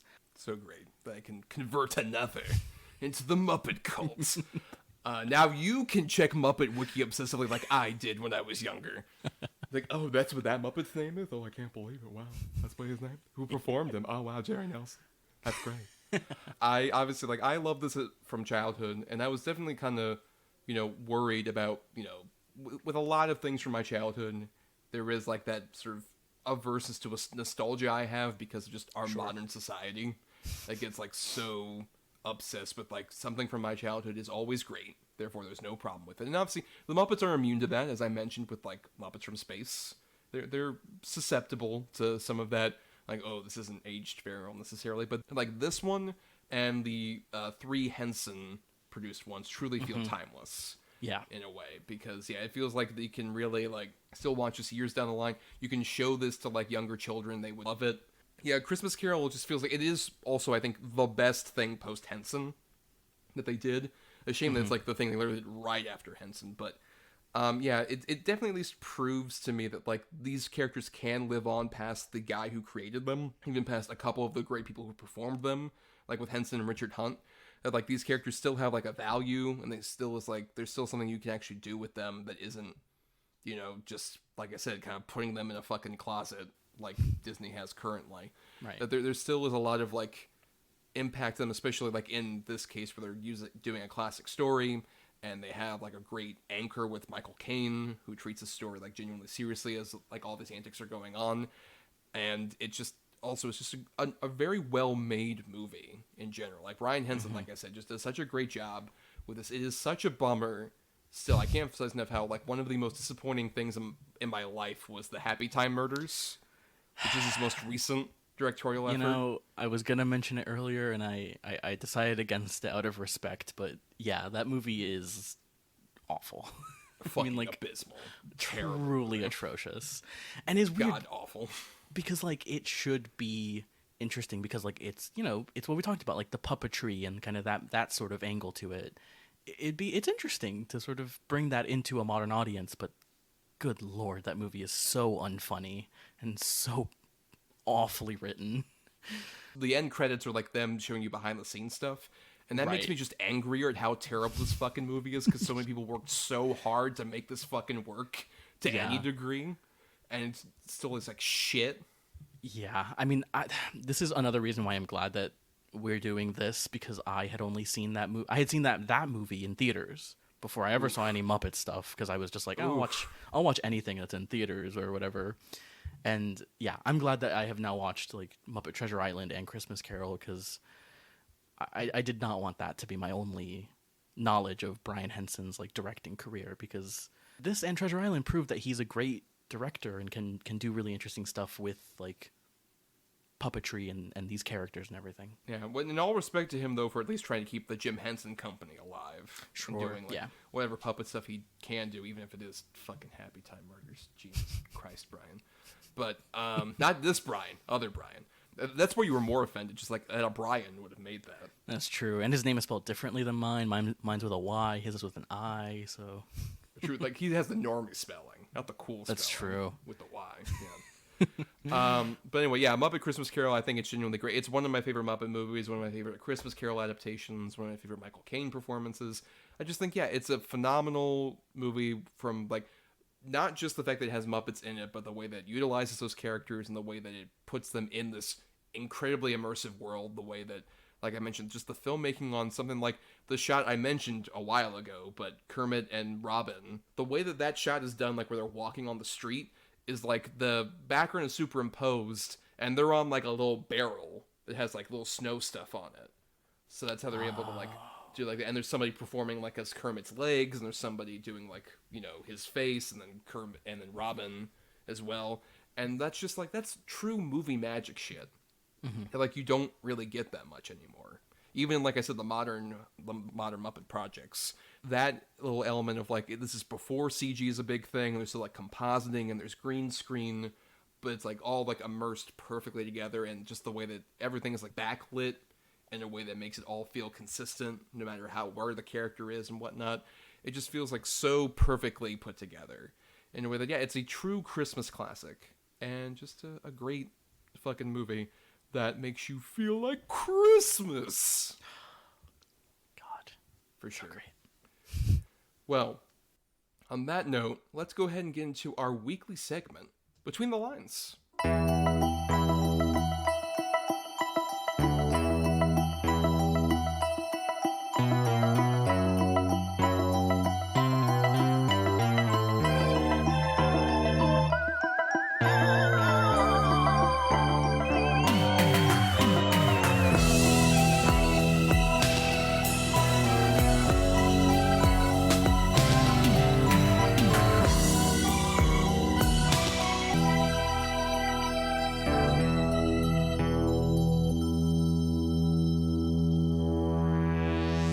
So Between the Lines is a segment where every episode, Brian and I recommend, you know, a film related to the movie that we're talking about.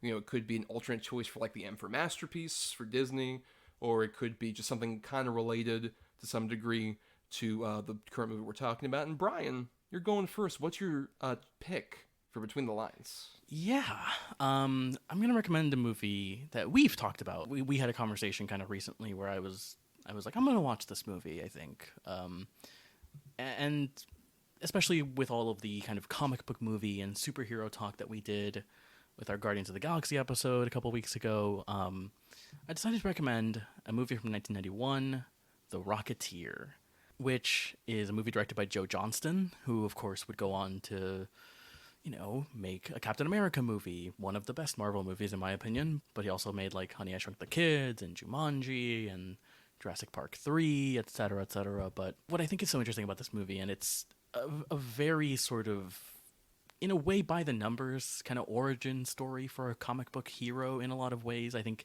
it really sets the template for a lot of what Marvel kind of does in the MCU. Like, there is just, watching this, you feel so much of what they end up doing.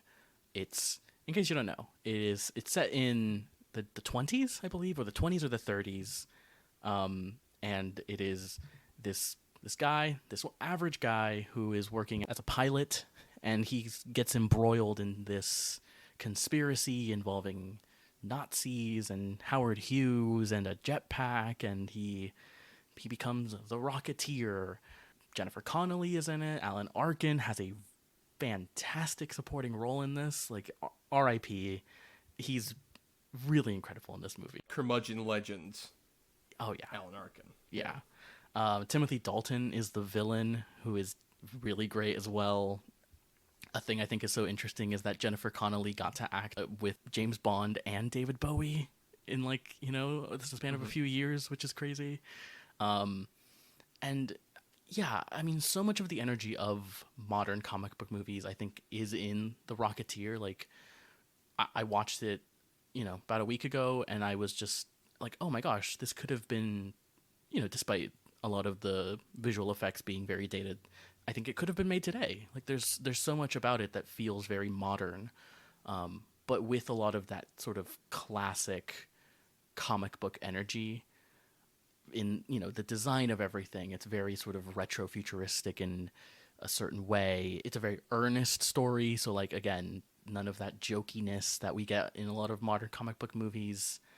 It's just a really well-directed movie as well. Like, just from the very first shot, which is like the title card and those doors opening, you're just like, oh my gosh, I'm like, it's that thing that, like, I think it was Greta Gerwig recently was just like, within 5 minutes of watching a movie, you can tell if you're watching like a real movie by a real director. Yeah, it's an incredibly well-directed movie. It's so fun and entertaining in a way that a lot of these movies have forgotten how to be. Yeah, it's a really great movie. It's got one of the great movie posters of all time as well. Just incredible artwork. I could, like, I'm looking at it right now. I could stare at it for like hours. Yeah, The Rocketeer. You like this movie, right, Thomas? Hell yeah, this is a great movie. Love The Rocketeer.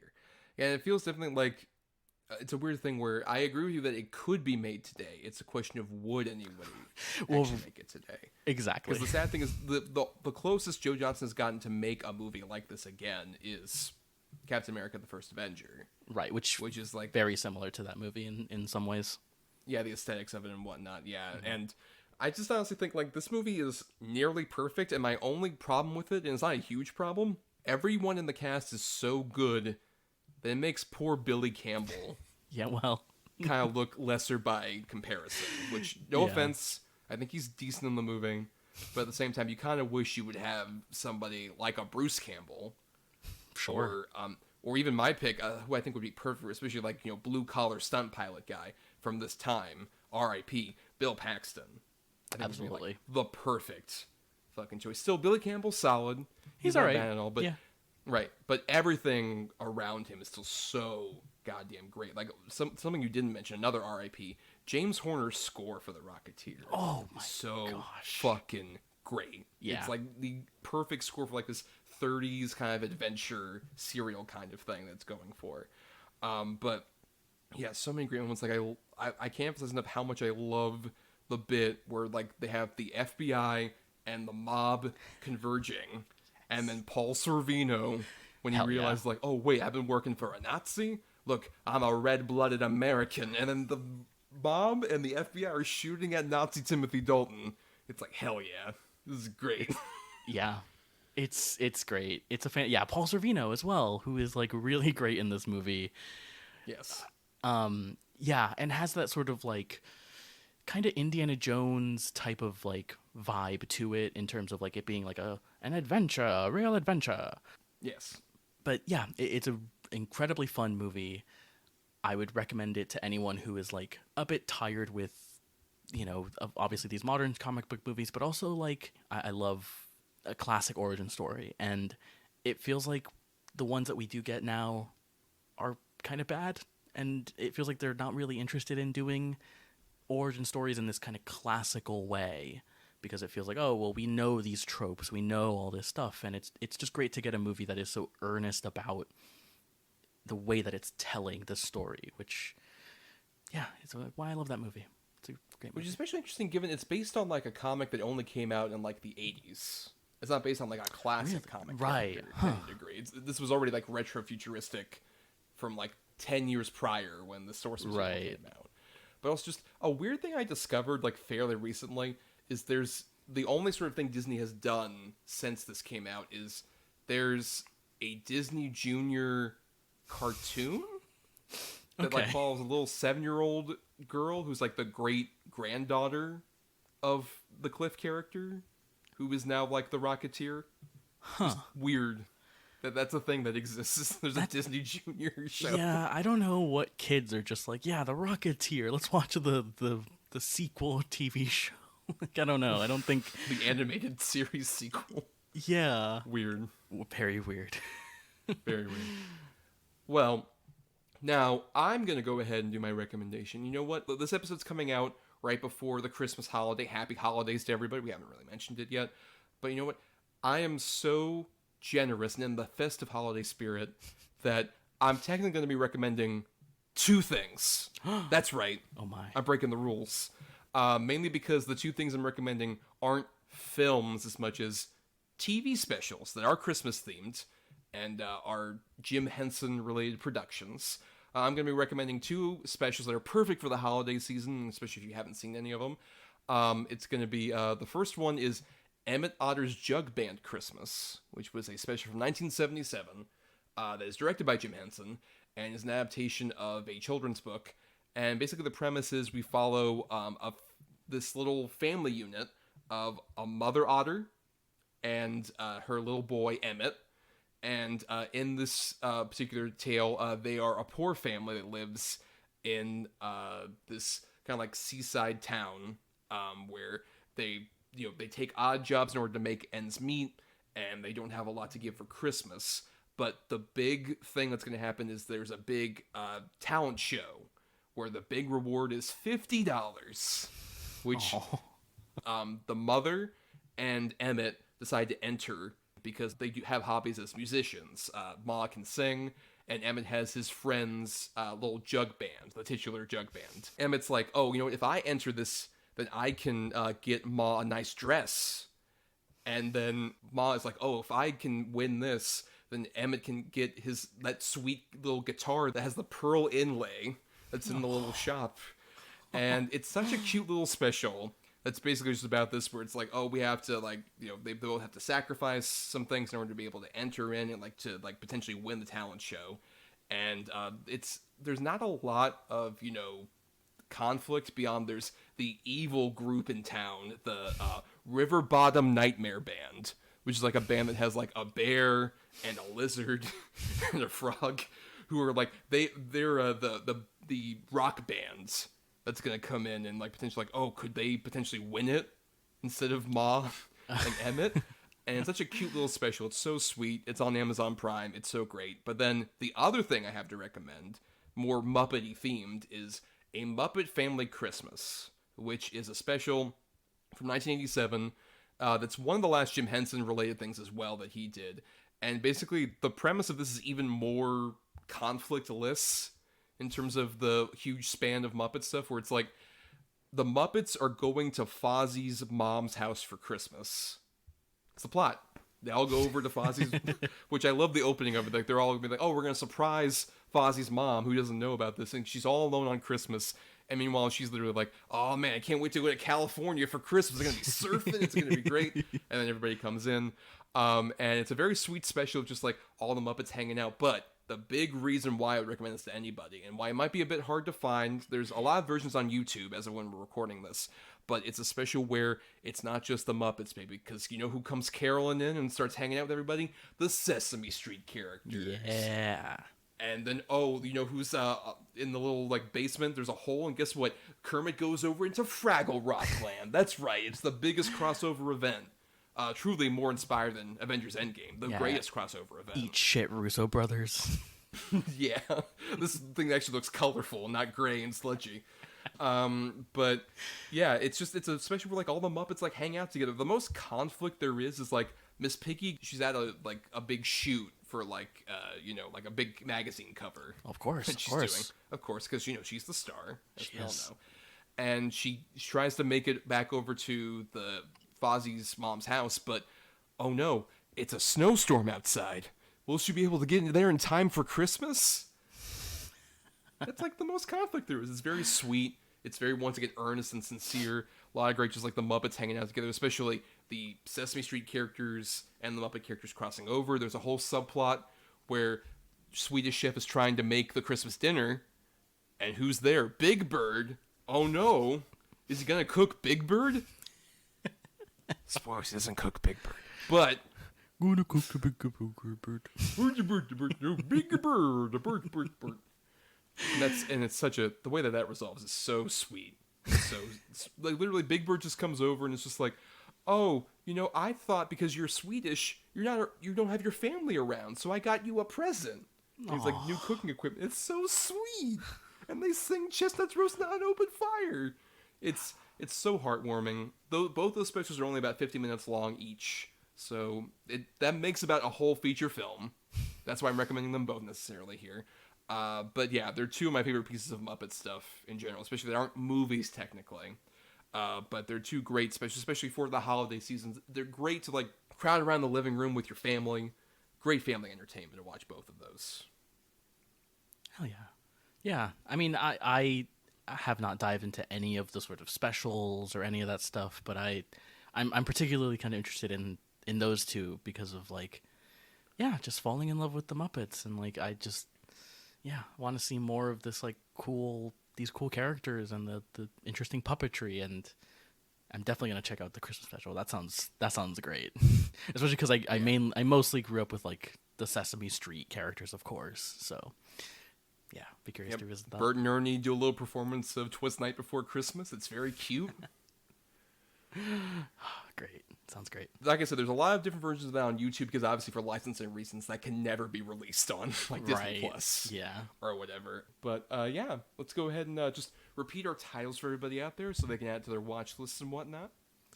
Yes, I had the 1991 Joe Johnston directed The Rocketeer. Yes, and for my festive holiday little double feature of TV specials, I recommended Emmett Otter's Jug Band Christmas and A Muppet Family Christmas. But now we're going to get to the end here, so we're going to wrap up. But we got to thank some people before we get out of here, Brian. We got to thank Burial Grid for the music for our show. Purchase his music at burialgrid.com.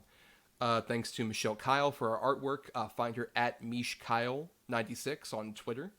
And you can also, we also want to thank our supporters on Patreon, patreon.com/cinema2letter, where for just $1 a month, you all get to vote for certain movies that we cover for a miniseries, at least one. You know, we like to put it in your hands to like help program our Cinema to the Letter season.